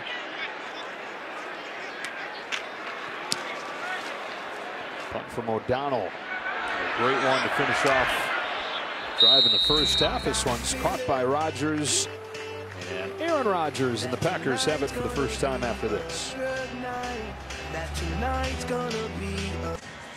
Still able to be friends. One Bear, one Packer. 10-7 game early on in this second half. And Rodgers and the Packers offense out there for the first time since the break. Just 138 yards in the first half for him. Rodgers was sacked a couple times. Took him a while to get into rhythm. Came from down 7-0. They lead 10-7. From the 10-yard line, they go with the Rodgers pass. It's Devontae Adams, his 3rd catch. A first down, working against Jalen Johnson. Watch Aaron Jones here. You want to play running back? Sometimes you got to clean up some of the garbage. Watch him here. Watch him fill. Right tackle Billy Turner gets beat. That's a sack if he doesn't come. That's not his man. He's just kind of cleaning up the garbage inside. That's being a complete back in this league. It's not so much what you do with the ball. Sometimes it's about what you do without it. Packers happy to have him wrapped up long term. That 4-year extension that he signed this spring. Says Green Bay's become home. He's got the ball here. He surges through the hole and explodes across the 40. Still going near midfield for Aaron Jones. Well, that helps too. Yeah. The pickup is all fine and dandy, but that also helps when you can just hand it to the guy standing next to you and let him go. Take a look at this here. Really well executed. See the linemen, they do a nice job on the front with the double teams, and then what turns that play in from a 4-yard gain to a explosive run is, can those linemen get to the next level and cover up those linebackers? Really nice job there by the interior offensive line in Green Bay, and Aaron Jones, he gets in the second level. Longest run of the day for him, 28 yards. First down to the 49. Back to Jones. Nothing this time. Our first game break of the half. Here's Carissa. Thank you so much. Bengals up 10-0, 4th and 1. Joe Burrow rolls to his right. We'll find Joe Mixon. But similar to what you guys were just talking about with Aaron Jones, how about Jamar Chase doing the extra work to help out his buddy? Bengals leading this one 17-0. Joe? A lot of young players to like on that Bengals team. They are, and I'll tell you, Chase has really been a force so far. You could argue he's on pace to be a candidate for Offensive Rookie of the Year. He has added an element to that Bengals offense that they have not had since they've had Joe Burrow.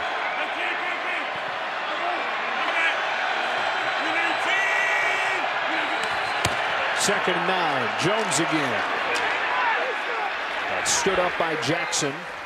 Roquan Smith there as well. There's leading tackler, one of the top tacklers in the NFL. And it's 3rd and 5. Something so cool to watch about Aaron Rodgers. You know, a lot gets made, of course, of passing game and his control of it, setting protections and audibles. But to listen to how much he does at the line of scrimmage, getting them in and out of different run game, right? You heard a lot of communication there at the line, getting him out of a play he might not have thought he liked and getting him into a run he felt more comfortable with. He is truly a master of executing an NFL offense.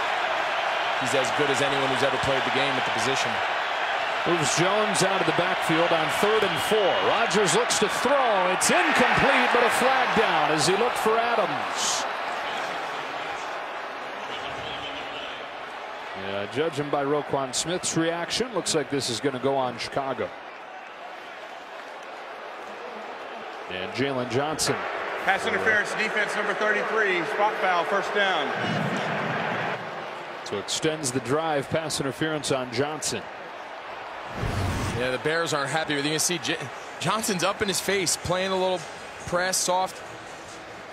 You know, he finds himself right. They were trying to run a slant, but he does a nice job. He never lets Devontae Adams really get him wide into so he can cross his face. He kept inside leverage, so when Adam tries to cross face, there's a ton of contact. You know, they don't like it. They feel like he's playing physical, but the back judge is going to see that every time the ball's thrown in that direction, and in live speed, that's going to be a penalty. Jones, for the most part, has done a really good job on Adams today. Off play action. Into the flats they go for the tight end, Lewis. And he's crunched out of bounds by Roquan Smith. You know, Mercedes Lewis, 37 years old in his 16th season, doesn't receive it a whole lot anymore, but he had a huge catch on that screen in overtime last week, and he's got a nice gain here. And every time he catches the ball, the sideline erupts. He mentioned it last week, he had that screen in overtime, and it seemed like the entire team almost rushed the field. You saw it there again. You know, he brings such an interesting dynamic of maturity. You know, he doesn't get a lot of balls. He does a lot of the dirty work, but he is universally loved, not only on this team, but respected throughout the league. He's been doing it a long time, reinvented himself a little bit into a really high-level run blocker. Guy they call Big Dog. Here's Dillon on 2nd and 1. Barely gets back to the line of scrimmage. It's Khalil Mack, and it's 3rd and short.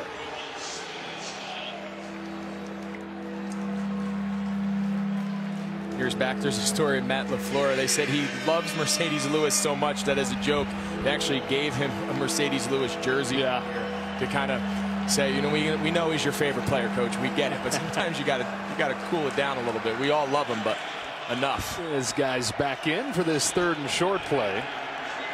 Oh no, they're gonna say that he got enough for a 1st down. And a reaction from the Bears crowd. So 1st and 10, fresh set of downs for the Packers from the 41. Another one of the tight ends, Josiah DeGuara, just his 2nd grab of the year. You see Rodgers now starting to spread the ball around, right? We've seen him target a few different guys this possession, getting the ball out of his hand. You know, the best way to negate a really good pass rush, and we saw Chicago kind of got after him a little bit, especially early, is quick game, move the pocket, get the ball out of your hands. Short throws turn into long runs. And as the game goes on, if they can't control it with the protection, he's going to control it with the time and getting the ball out of his hand. He's completed all 3 on this drive, all of them quick throws. On 2nd and 6, Bears showing pressure. It's a run. Jones takes Gibson for a ride. And it'll be 3rd and 1. Drive has started all the way back inside their own 10. Now 3rd and less than 1 at the 22. Khalil Mack not in the game at the moment.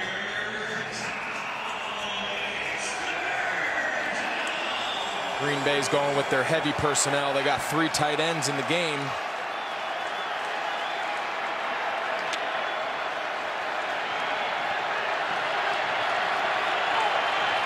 One of them, DeGuara, lines up as a fullback for the 9th play of the drive. Rodgers to throw. It's Jones, a first down. Aaron Jones tracked down by Kamara, but he gets a first down on a gain of 12. Yeah, really good design, right? You bring in 3 tight ends. You only got Devontae Adams as your only wide receiver. Typically, the defense would match that, right? They'd bring some big people onto the field to match personnels, and then you end up really just spreading them out, do a little token play action. Easy first down to Aaron Jones. Those plays, good play callers, right? They wait for certain times in the game, certain downs and distance. They have them on their play call sheet where they say, all right, we got to have it. Here's our call. That was clearly one of them. That was pretty easy conversion for Green Bay.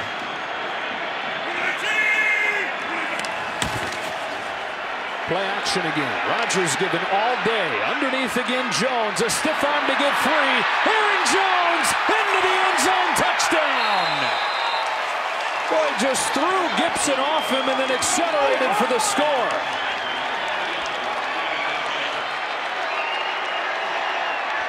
Aaron Jones did a little bit of everything, Joe, in that last series.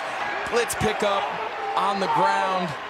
Then, of course, finishing it off with the pass reception touchdown. But he's not really a big part of this play, right? Rodgers is giving him a token fake, and he's trying to hit Lazard up the seam. Devontae Adams is covered. It's just a check down. He's just kind of getting out into a spot where he knows he can be an outlet for his quarterback. And then, as you said, he kind of pushes Deshaun Gibson out of the way and run after the catch. What did we say? Short throws turn into long runs. It's a perfect example. You're right. I mean, there were like 3 or 4 looks Rodgers took before he found Jones. Pretty good check down to find. A stiff arm gets him free, and the Packers have a 2-score lead.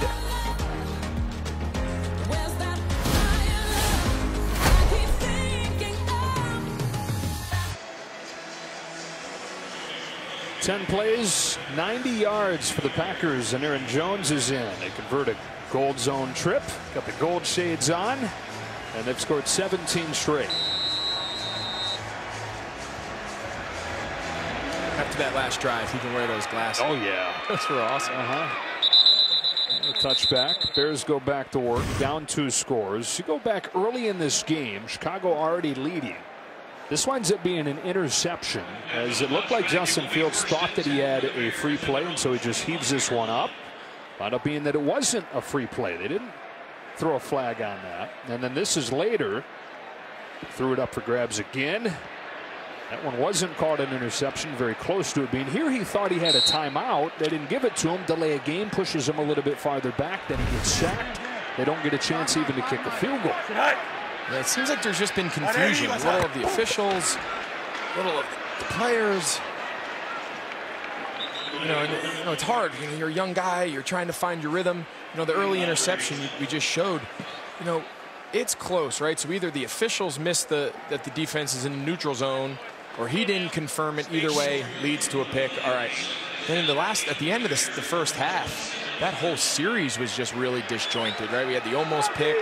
Could question whether or not Amos had control or not, and then he clearly tries to give him a timeout, and they give him a delay game. Just kind of an interesting first half. As he tries to get his footing here in his 4th NFL start, he fakes to Herbert, and now hits him. Herbert makes Jalen Smith miss. Gets by another man, very close to a first down as Henry Black brings him down. Yeah, first time we've mentioned him. You know, Jalen Smith gets released a few weeks back. We actually had that Cowboys game, and the next day he was released, kind of a surprise around NFL circles. He found himself here in Green Bay. They're excited to have him. They feel like he brings a little bit of experience and some juice to this defense. Trying to get his feet underneath him, learn a new system, but you know, he's a guy to keep an eye on as the year progresses. Can he establish a pretty significant role here in Green Bay? That was a Pro Bowler in 2019. It's dropped by Bird, and an incomplete pass for a guy who had a career year last year with New England, but just has not gotten it going for the Bears. Let's check in with Pam. Hey, Joe, the last thing the Packers need is another issue in their secondary. Darnell Savage, he is being evaluated for a concussion and is questionable. Already down their 2 starting corners, Alexander and King, and that's why you see Henry Black in the game. Savage out.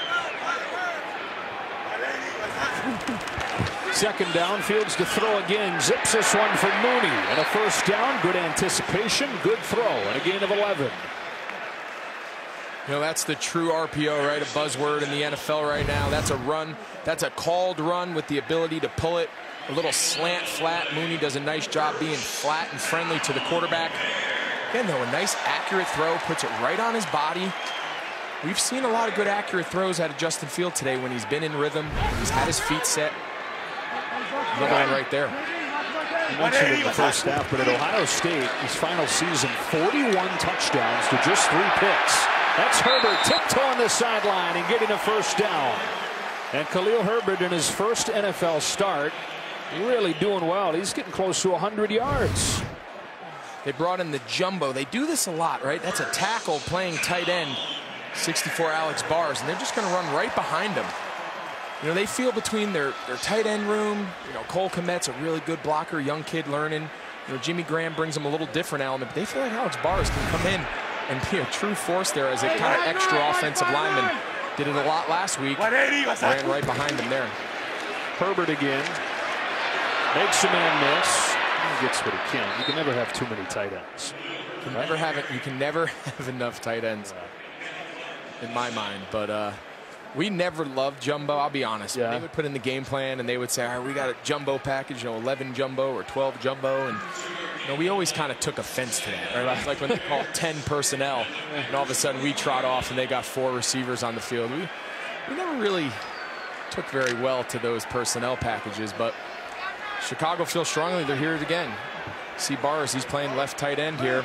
Yeah, very heavy set for the 2nd and 7 play. Fields back to throw. Down the sideline, Robinson.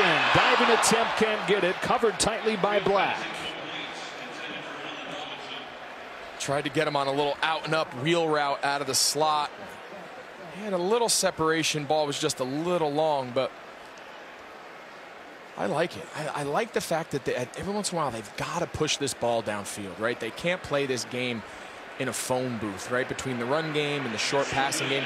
Every once in a while, you've got to show the defense and keep them honest. If you bring too many guys up here to defend our run and our boots and our play action, we're going to throw it over your head. And of course, they didn't complete it, but it still has an effect on the defense. We've seen a few more of those shots today. Here's 3rd and 7. Fields rolling. Lets it go, incomplete. And it's 4th down with the pressure coming from Rashawn Gary. Yeah, tried to kind of sprint him to the boundary there. Nowhere really to go with the ball. Well defended there by the secondary. And you touched on it. The secondary's got a lot of new pieces back there for Green Bay, but you know, time and time again, since that opening drive touchdown that the Bears had, they've really settled into this game pretty nicely. You know, the Bears on that first drive, Greg, had 80 yards in 8 plays. They have 90 yards since total. Punt from O'Donnell. Fair catch taken by Amari Rodgers. It's all Bears over the first several minutes of this game, but the Packers have taken control and scored 17 straight. They'll have it on offense when you come back. Well, Aaron Rodgers, who has dominated the Bears throughout his career, 21-5 against Chicago, 55 touchdowns and just 10 interceptions over those 26 games. And it doesn't feel like he's having a huge day, and he's not having a huge day, but playing really well. 13 out of 16, incredibly efficient, 17 in a row for his Packers.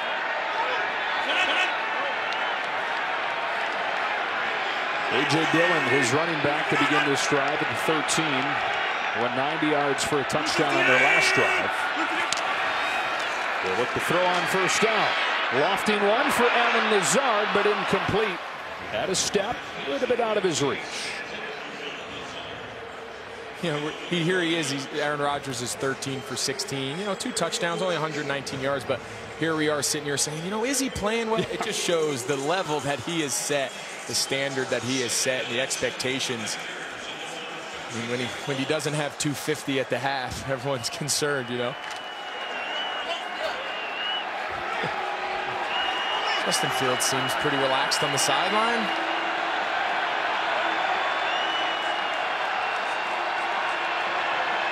Second down, 10. Quick throw this time, and it's Rodgers turning the corner. Well, the rookie out of Clemson with his first catch since week 1, and it goes for 14. And I'll tell you, St. Brown timed his block perfect, or it was slightly early nonetheless. But take a look at this, right? So we got the motion here. Watch the block on the left. It's perfect. I mean, he's making contact there with the corner just as the ball is caught. See him, he's got the little door blocked. That was really close, but really well timed up.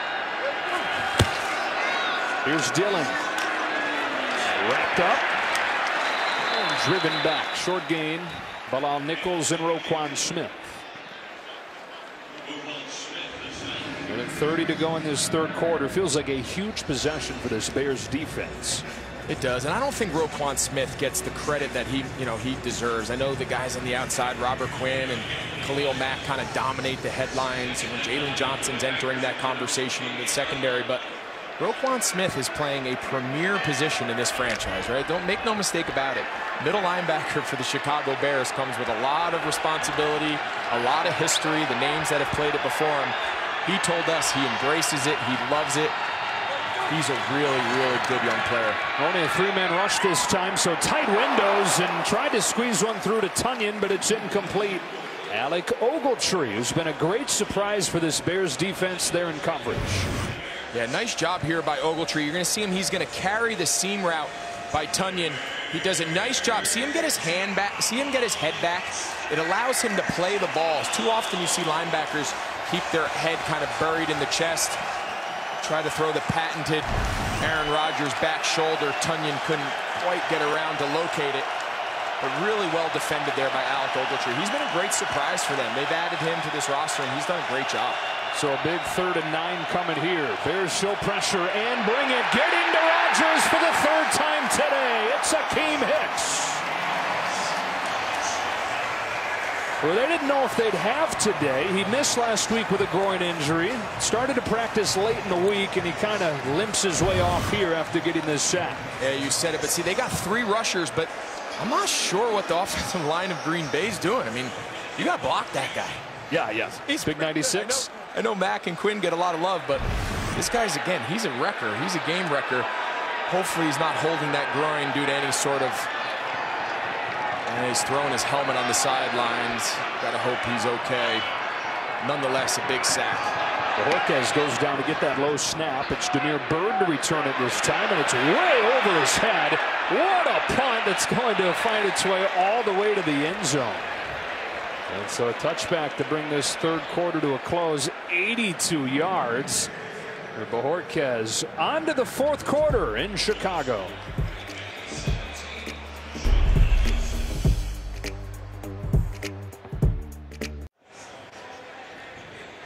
So on this last 3rd down on the sacks, you see Hicks. They got 3 bigs here. But now what they should do is these 3 linemen need to slide. Runyon has Roquan Smith, and they're big on big. For some reason, the right guard, Royce Newman, he goes left. Billy Turner, the right tackle, kicks out, and they just leave Akeem Hicks completely unblocked. Obviously, some miscommunication up front. And so the Bears back to work on offense. Here's Khalil Herbert. With a nice first down gain. Henry Black the tackle. You get the feeling the Bears got to get points on this drive. An offense that has struggled mightily this season. Still within striking distance, but not too many more opportunities. No, and here we find ourselves in the fourth quarter. You know, they find themselves down 2 scores, but you know, it just since the first drive, does it feel like this offense has what it takes to come back versus 2 scores versus Aaron Rodgers and this Green Bay offense? I'm not sure, but if they're ever going to find it, this is the time. Saw Akeem Hicks clearly in pain over there on that Bears sideline. Back to the ground here, Herbert. Back-to-back runs to begin the drive, and it'll be 3rd down and short. Now, the Bears on that first drive of the day went 80 yards in 8 plays. Looked like a different team. They have less than 100 yards since. It did, but you know, what was the difference, right? We saw him come out, throw a couple balls on rhythm. We saw him break contain on the early bootleg, you know, kind of naked to Cole Kmet. We saw him take a deep shot that led to the PI, which got them the ball real close before the Herbert touchdown. You know, I want to see a little more of that, right? Let's let him drop back, play traditional quarterback. and start playing some time rhythm passing game. Run, pass on these 3 downs. Fields turns the shoulders, lets it rip for Robinson. First down to the 45. A gain of 20 on 3rd down and short. On an earlier sack, we pointed out that it seemed like Justin Fields had his eyes go down to the ground. Take a look at his eyes here. He feels the pressure, but he's looking downfield, right? His eyes are on the coverage. His eyes are on his receiver as Allen Robinson comes back and works for him in the scramble drill. Look at his eyes, right? That's a big difference than what we saw earlier, Joe, right? That's a little of these signs of maturity, these signs of progress that this staff believes they've been seeing out of Fields the last few weeks. We've seen it now within this game. Play action on 1st down. He steps into this one as Cole Kmet with another confident strike. It's a gain of 21 in the Packers territory. All right, here we go, right? It's a nice route, a nice play action. They pull the guard. Look at the void in the middle of the field. Cole Kmet does a nice job. You see him kind of throttle there in space. Don't run through open zones to get covered in deeper zones. That's kind of a basic philosophy of route running. And got bars in again here as the jumbo tight end. It is Herbert running behind him, crashing forward for a couple. That may be the first time since Justin Fields has taken over as a starter we've seen back-to-back plays with throws down the field. Yeah, and I love it, right? And I think he's shown. I had a chance a few weeks back as we were preparing for his debut up in Cleveland. I had a chance to talk with Ryan Day, his Ohio State coach for a few years, and he said he doesn't get enough credit. He is an incredibly accurate downfield passer. Everyone talks about his athleticism and whatnot, but people don't take into account just how accurate he is when he throws the ball downfield. And at times today, we've seen that play out. 20-2 as a Buckeye, back-to-back college football playoff appearances. Fakes it here, rolls, sets, scans, and now runs, and he's got room. There's some of that speed and athleticism. First down to the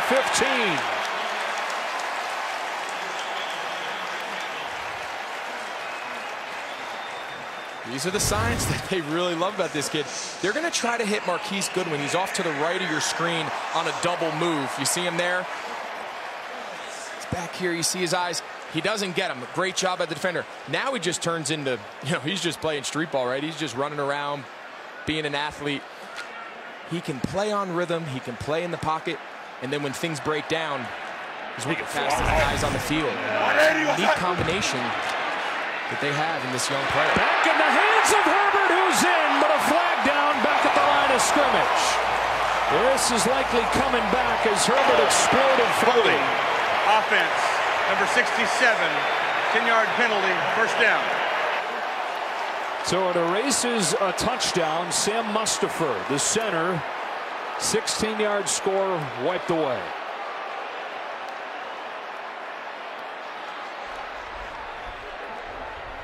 That's deflating. You're going to see Sam Mustipher here. He's at center. Let's take a look here at what the official saw. Oh, man. I'm not sure about that. And Greg, for an offense that has struggled so much to find things to feel good about, you break a long run for a score to get back to within one score. Fields is in a great rhythm. He's hitting passes, he's running. Herbert, the rookie, breaks a long run. And just, it's a questionable call there. He goes to Robinson again. He's found him a few more times lately. Devondre Campbell brings him down. Inside 11 minutes left to go in a 10-point game. Yeah, that's a back-breaking penalty there. Oftentimes you see that, on an outside zone, the defender outflanks the offense and he kind of pulls him to the ground and yanks him. That wasn't the case there. That was just a good, clean block. The defender tried to kind of come off the block to reach his arm out and ended up just falling on the ground. But goes 2nd and 12 now. Moody the motion man. 3 to choose from on the right side for Fields. It goes the other way. Zips one inside the 10. Back to Cole Kmet having his best game of the season. And now 3rd down. And 1 or 2. They're really high on Cole Kmet. They drafted him last year. Kind of a local kid, grew up a Bears fan. had a chance last year to actually speak to him quite a bit. We got connected through a mutual friend when he got into town here in Chicago, and we kind of shared some stories of what it's like playing tight end here, and Mike Ditka, the shadow of playing under him, hasn't really had a chance to get much production, but we've seen this game and specifically this drive. Fields is looking to him. Here is Herbert. Keeps the legs going and gets the first down. So they're able to overcome the penalty that put them way behind the chains. And it's 1st and goal for the Bears. Now on the other side of the ball, Green Bay's got to hunker down here, right? We talked earlier about their red zone defensive struggles. They've got to find a way here to answer the bell. They got a 10-point lead, but this drive, you can sense the Bears have found something. This crowd is getting into it. They've sensed a little shift in momentum, some energy. If they're ever going to find their red zone defense, this would be the time. First time in the game for Ryan Nall. 35 for the Bears. He goes off the right side. Fields looking end zone. Wide open. Touchdown, Mooney.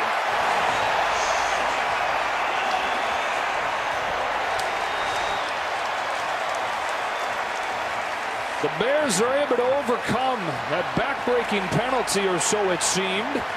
And Darnell Mooney's got his first touchdown of the season to cut it to 1 score.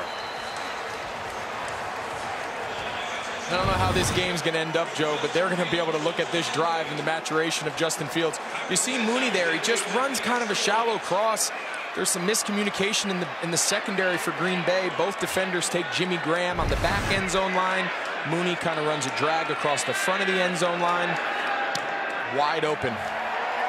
Extra point from Santos makes it a 3-point game. The Bears offense, when they needed it badly, found it. They go 80 yards in 10 plays, and it's a 3-point game.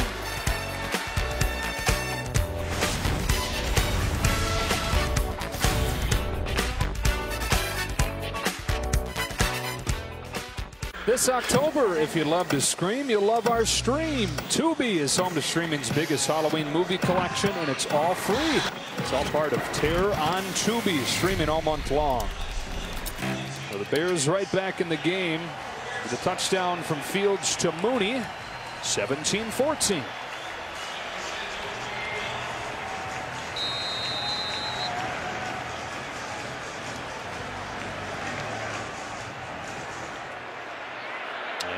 Touchback. Well, Fields was one of his previous 7 going into this drive. He goes 5 for 5 for 64 yards and a score. Yeah, you see right there that 3rd down conversion kind of sparked it. He did a little bit of everything: on-time rhythm passing, scramble for a 1st down, kind of improv. There he has a wide open guy in the middle of the field, finds him, delivers it on target. Just a really, really good drive. He seemed completely in control, really for the first time since the opening drive of the game way back then, and he came at the right time. Now defense needs to answer. His crowd comes to life again in a 3-point game with 8:44 left, and a short gain, if that, on 1st down for Aaron Jones, as Robert Quinn, having another great day, makes the tackle. That's the defense that's been the story for the Bears all season to this point. One of the best defenses in the NFL. They try to get it back to the offense in a 3-point game. Akeem Hicks, who got the sack to stop the last drive, but limped off, dealing with a groin injury this week. Over the last couple weeks, still on the sideline. That's Amari Rodgers in motion. 2nd down and 10. Rodgers looks to throw. He's got Lazard. Well, they were hoping to get Allen Lazard going again, and one of his best days of the season. It's included a touchdown. Here, a 1st down. And how many times over the years have we seen Aaron Rodgers do this, right? It feels like the crowd's coming to life and they're about to take control of the game. Bang, just picks up an easy play, settles everybody down. You mentioned it. Lazard was a guy coming in. Devontae Adams kind of dominates the headlines, deservingly so. Gets a lot of the praise, gets mostly all the targets and the production, but Lazard has found himself today making some impactful plays. That was a big one there to kind of settle this crowd down and try to answer the bell. 3rd one of the day for him. Rodgers again off play action is chased, and so tosses it incomplete. Well, you hold your breath there if you're a Packer fan watching that thing flutter. Let's check in with Pam. Well, Joe, I spoke to Alan Lazard before the game, and he said not being involved with the offense as much the last few weeks, just a part of football. So he just does what he can to help the offense. He's known on his team as a guy who will do the dirty work, blocking defensive linemen. Lazard told me that his determined mindset is a result of not being drafted from Iowa State 3 years ago. Well, the Packers got him off of the Jacksonville practice squad. He's been a good player for him in his few seasons. 2nd down and 10. Bears trying to collapse that pocket. Rodgers has Adams wide open. He stays on his feet. Down the sideline. Davante Adams is in. Touchdown Green Bay. And now one of the officials runs up. They come together. And they're going to say that he was out back at the 21. Well, he had one given touchdown. One of them coming and saying, got him out here. So it's at the 22. Hey, see his foot right there, Joe. I know Aaron Rodgers didn't love it, but he was out. So a 40-yard gain. Adams wins that route. You see what he does there to Jalen Johnson. He tries to come up and press him. What an unbelievable release. He kind of swipes his hands off. He won that route in the first 5 yards. Just couldn't quite take the hit and keep his feet in bounds. Looks like, yeah, he clearly steps out right here. Yeah, what a great play. And Jalen Johnson's been up in his face a few times. A few times it's worked. That time, Davante Adams wins with the release.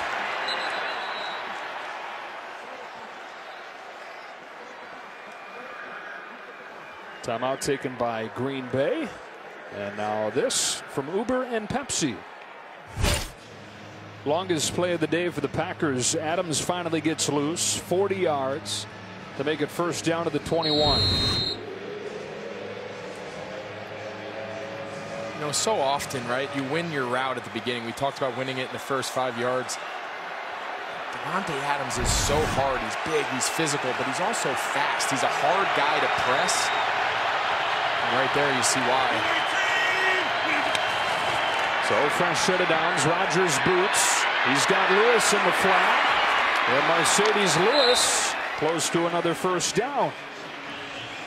A bit of a throwback couple weeks for him, getting him involved in the passing game again.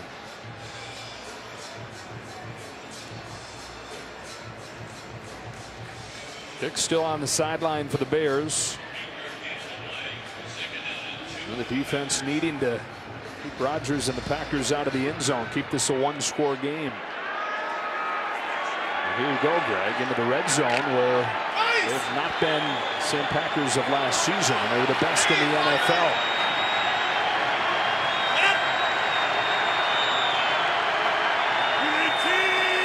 Second and 1. Jones inside the 10. And it's 1st down and goal for Green Bay as Eddie Jackson makes the tackle. What an answer by this Green Bay offense. You know, you could sense it. This stadium kind of came to life following that last score by the Bears. And, you know, Aaron Rodgers can do this. He can take the air out of place pretty quickly and recapture that momentum. But we got ourselves a good one back and forth here. Chicago needs to hold them to a field goal. Keep this a 1-possession game. Leaned on that defense all season.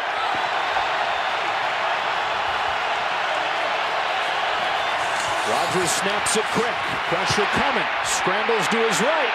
Pumps and runs. And Rodgers is inside the pylon. Touchdown Packers. It's Rodgers running for the score.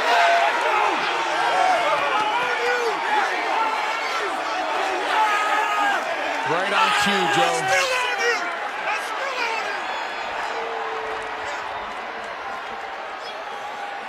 He had some choice words there for the crowd. He's feeling it. This pump fake is why he scores. He gets Ogletree. You see him just freeze his feet. Now he just wins the race. Takes a little bit of a hit there at the end, but he's clearly in. What an answer. We talked about it at the beginning. Could Green Bay kind of recapture the momentum of this game? They go back and make it a 2-score with just like Aaron Rodgers, man. He's been doing that a long time.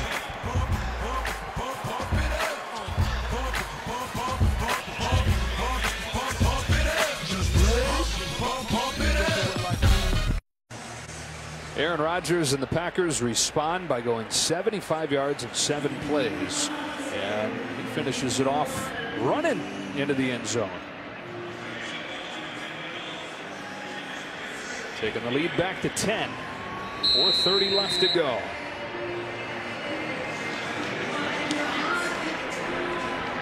Crosby kicks it. And back it comes from Artavis Pierce to the 26-yard line. There's some extracurriculars all over the place here.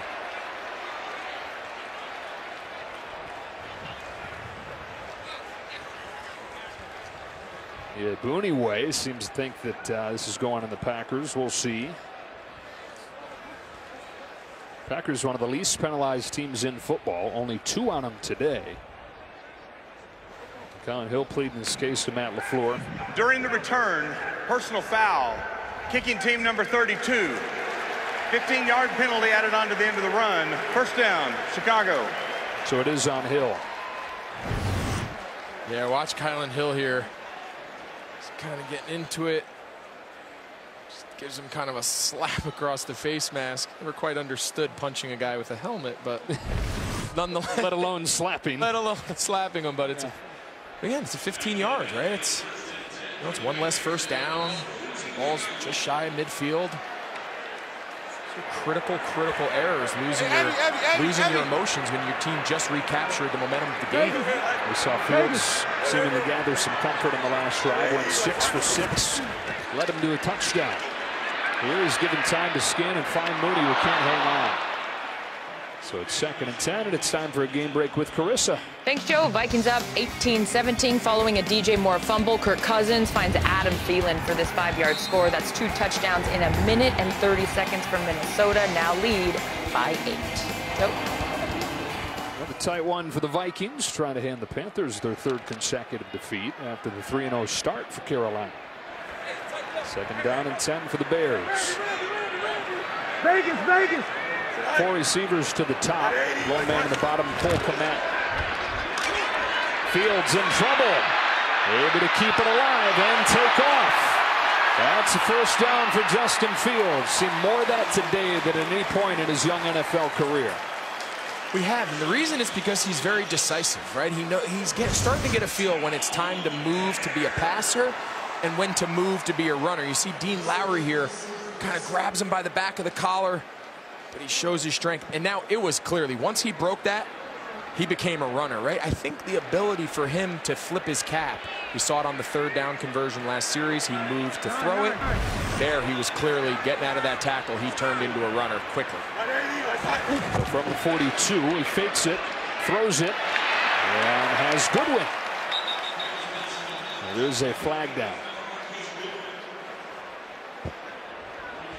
Going to have a legal man downfield. Sometimes on these RPOs. An eligible player downfield. Offense number 68. It's a 5-yard penalty from the previous spot. First down. Yeah, I think they could have gotten a few of the guys. I think Cody Whitehair was down the line. Right to these linemen, it's a run. Take a look. You see 68 Daniels. You see 65 Whitehair. They only get 1 yard, right? In the NFL, it's different than college.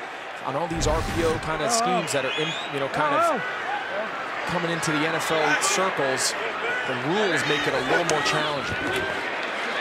So first down and long. A rhythm throw there for Mooney, and they get a bunch of it back and then some. A first down for Darnell Mooney on a gain of 16, and they'll hurry it up. Inside 4 minutes. Yeah, the rest of this game for Chicago has got to be in a 2-minute mentality. Find yourself down 2 scores. They look to throw again. He's in trouble and sacked by Kenny Clark. One of the top interior linemen in the NFL gets to Fields way back at the 44. When he exited the game earlier, we talked about he could arguably be their best player on defense. he just straight up wins this matchup on Cody Whitehair. A nice counter. Really opportune sack there. Green Bay's forced to take a timeout. Boy, for the Bears, a step forward and 2 steps back as this game of this drive goes on. This week on Thursday Night Football, Baker Mayfield and the Browns taking on Teddy Bridgewater and the Broncos at 7:30 Eastern, 4:30 Pacific on Fox, NFL Network, and streaming on Prime Video.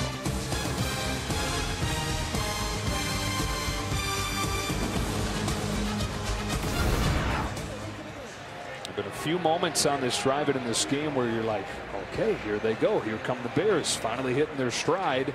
Only to have a play like that, loss of 12, and it's 2nd and 22 with just 3:12 left. Right, but now here's some game management. Rodgers giving his guys a little pump talk. You don't think he's engaged? You don't think he's in? But game management, to finish my thought, the game management here, they got to get in field goal range, right? To find themselves in 2nd and 22, at very minimum. Here's Herbert on the screen, reversing field. And out of bounds at the 36, able to turn nothing into a gain of 8. All right, so now you find yourself in 3rd and real long, right? So, of course, if they have a shot down the field and they can convert the 3rd down, of course, that's ideal. But if not, give yourself give your kicking team, give your field goal unit as makeable a field goal as you can. You're still going to need a touchdown and a field goal at some point. So you got pushed behind with the sack. It's okay. Don't force this ball downfield and make it a 60-yard field goal. They're down 15. Packers bringing an extra man. Fields in trouble. And sacked again by Clark again. He did the one thing you really couldn't afford for him to do, and it drives him all the way back to the 48-yard line. Yeah, I mean, that's just, again, 2 downs ago. Kenny Clark wins again. Give him credit. He's kind of taken over this drive, but you got to understand the situation, Joe, right? You got to understand, I don't need to pick up the 1st down. I just got to pick up some yards and give myself a chance to kick the field goal. I'd be down 7. I can stop the clock. I got the 2-minute warning. Those are just young mistakes of a guy learning the NFL. So it's going to be 4th down and a mile. Packers take a timeout. I go on and on. Can't understand how. We talked about game management sometimes, Joe. Sometimes you just have to understand the circumstances, right? Give him a play that just gives him a chance to just get the ball out of his hand and put yourself into manageable, right? Look how deep the routes are. He's looking to throw. Not one guy's out of his break, right? He's clearing it out.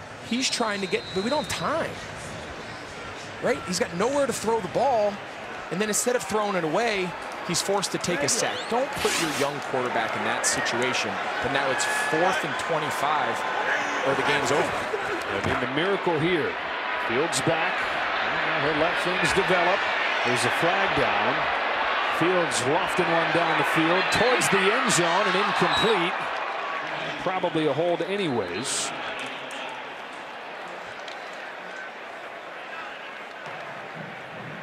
Holding. Offense number 70. Penalty is declined. Ball goes over on downs. 1st down, Green Bay. So the Packers take over with a 10-point lead and 2:14 left.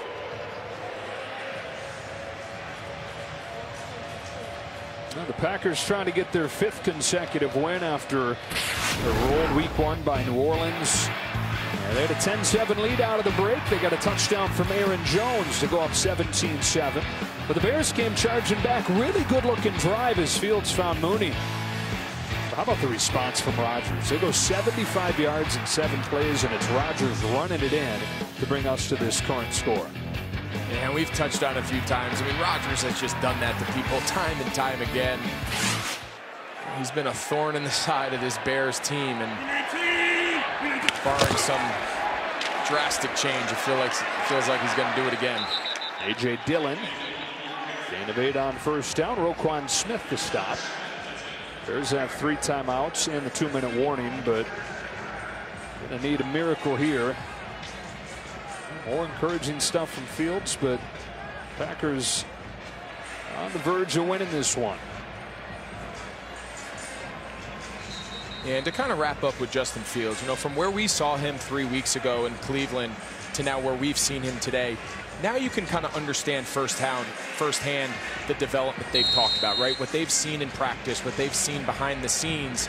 You know, we kind of saw glimpses of that today. This is a lot better performance by him. Maybe not, the scoreboard doesn't indicate it statistically, but he's definitely progressed since the last time we saw him. They've got to keep him on this track as the year goes on. Dillon again, and he's got a first down. And we've got a 2-minute warning. 24-14, Packers in front.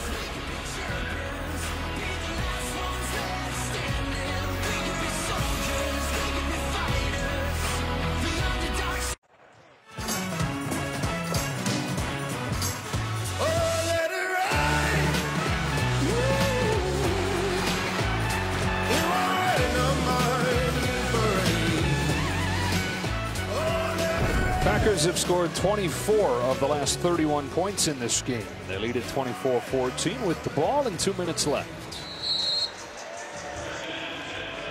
Yeah, Green Bay never had one of those moments where they just completely took the game over. It was just kind of slow and steady, chipped away.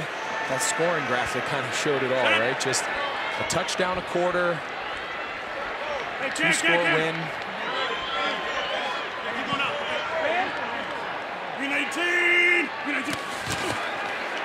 Straight ahead with Dillon. And A.J. Dillon runs hard. Gets another first down with a stop from Houston, Carson, and Jackson.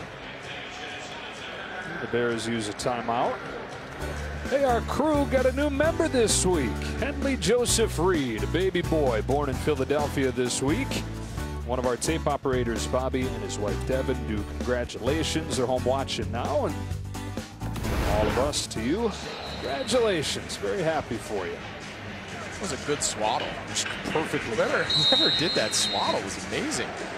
Not the easiest thing to do. Oh, please. You got to get the Velcro one. That was not a strength of mine. Oscar. Especially when it's dark. Middle of the night. Haven't slept in a week. Spotted him a little short on the previous play. Now he gets first down. And the Bears use their final timeout.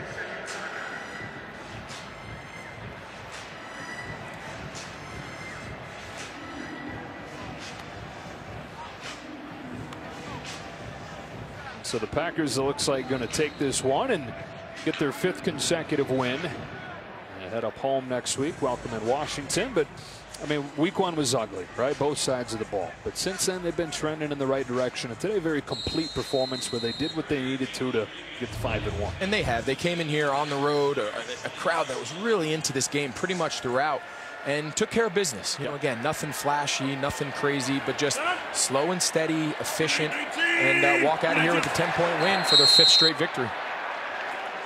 Everybody's favorite formation, the victory formation. We'll run this clock down. The Bears are going to fall to 3-3.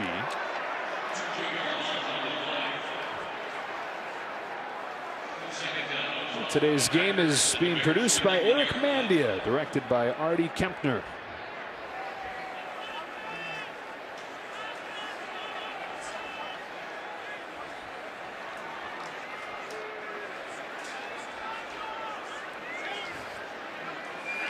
Minnesota and Carolina got a good one going. We'll get you to that game when this one finishes.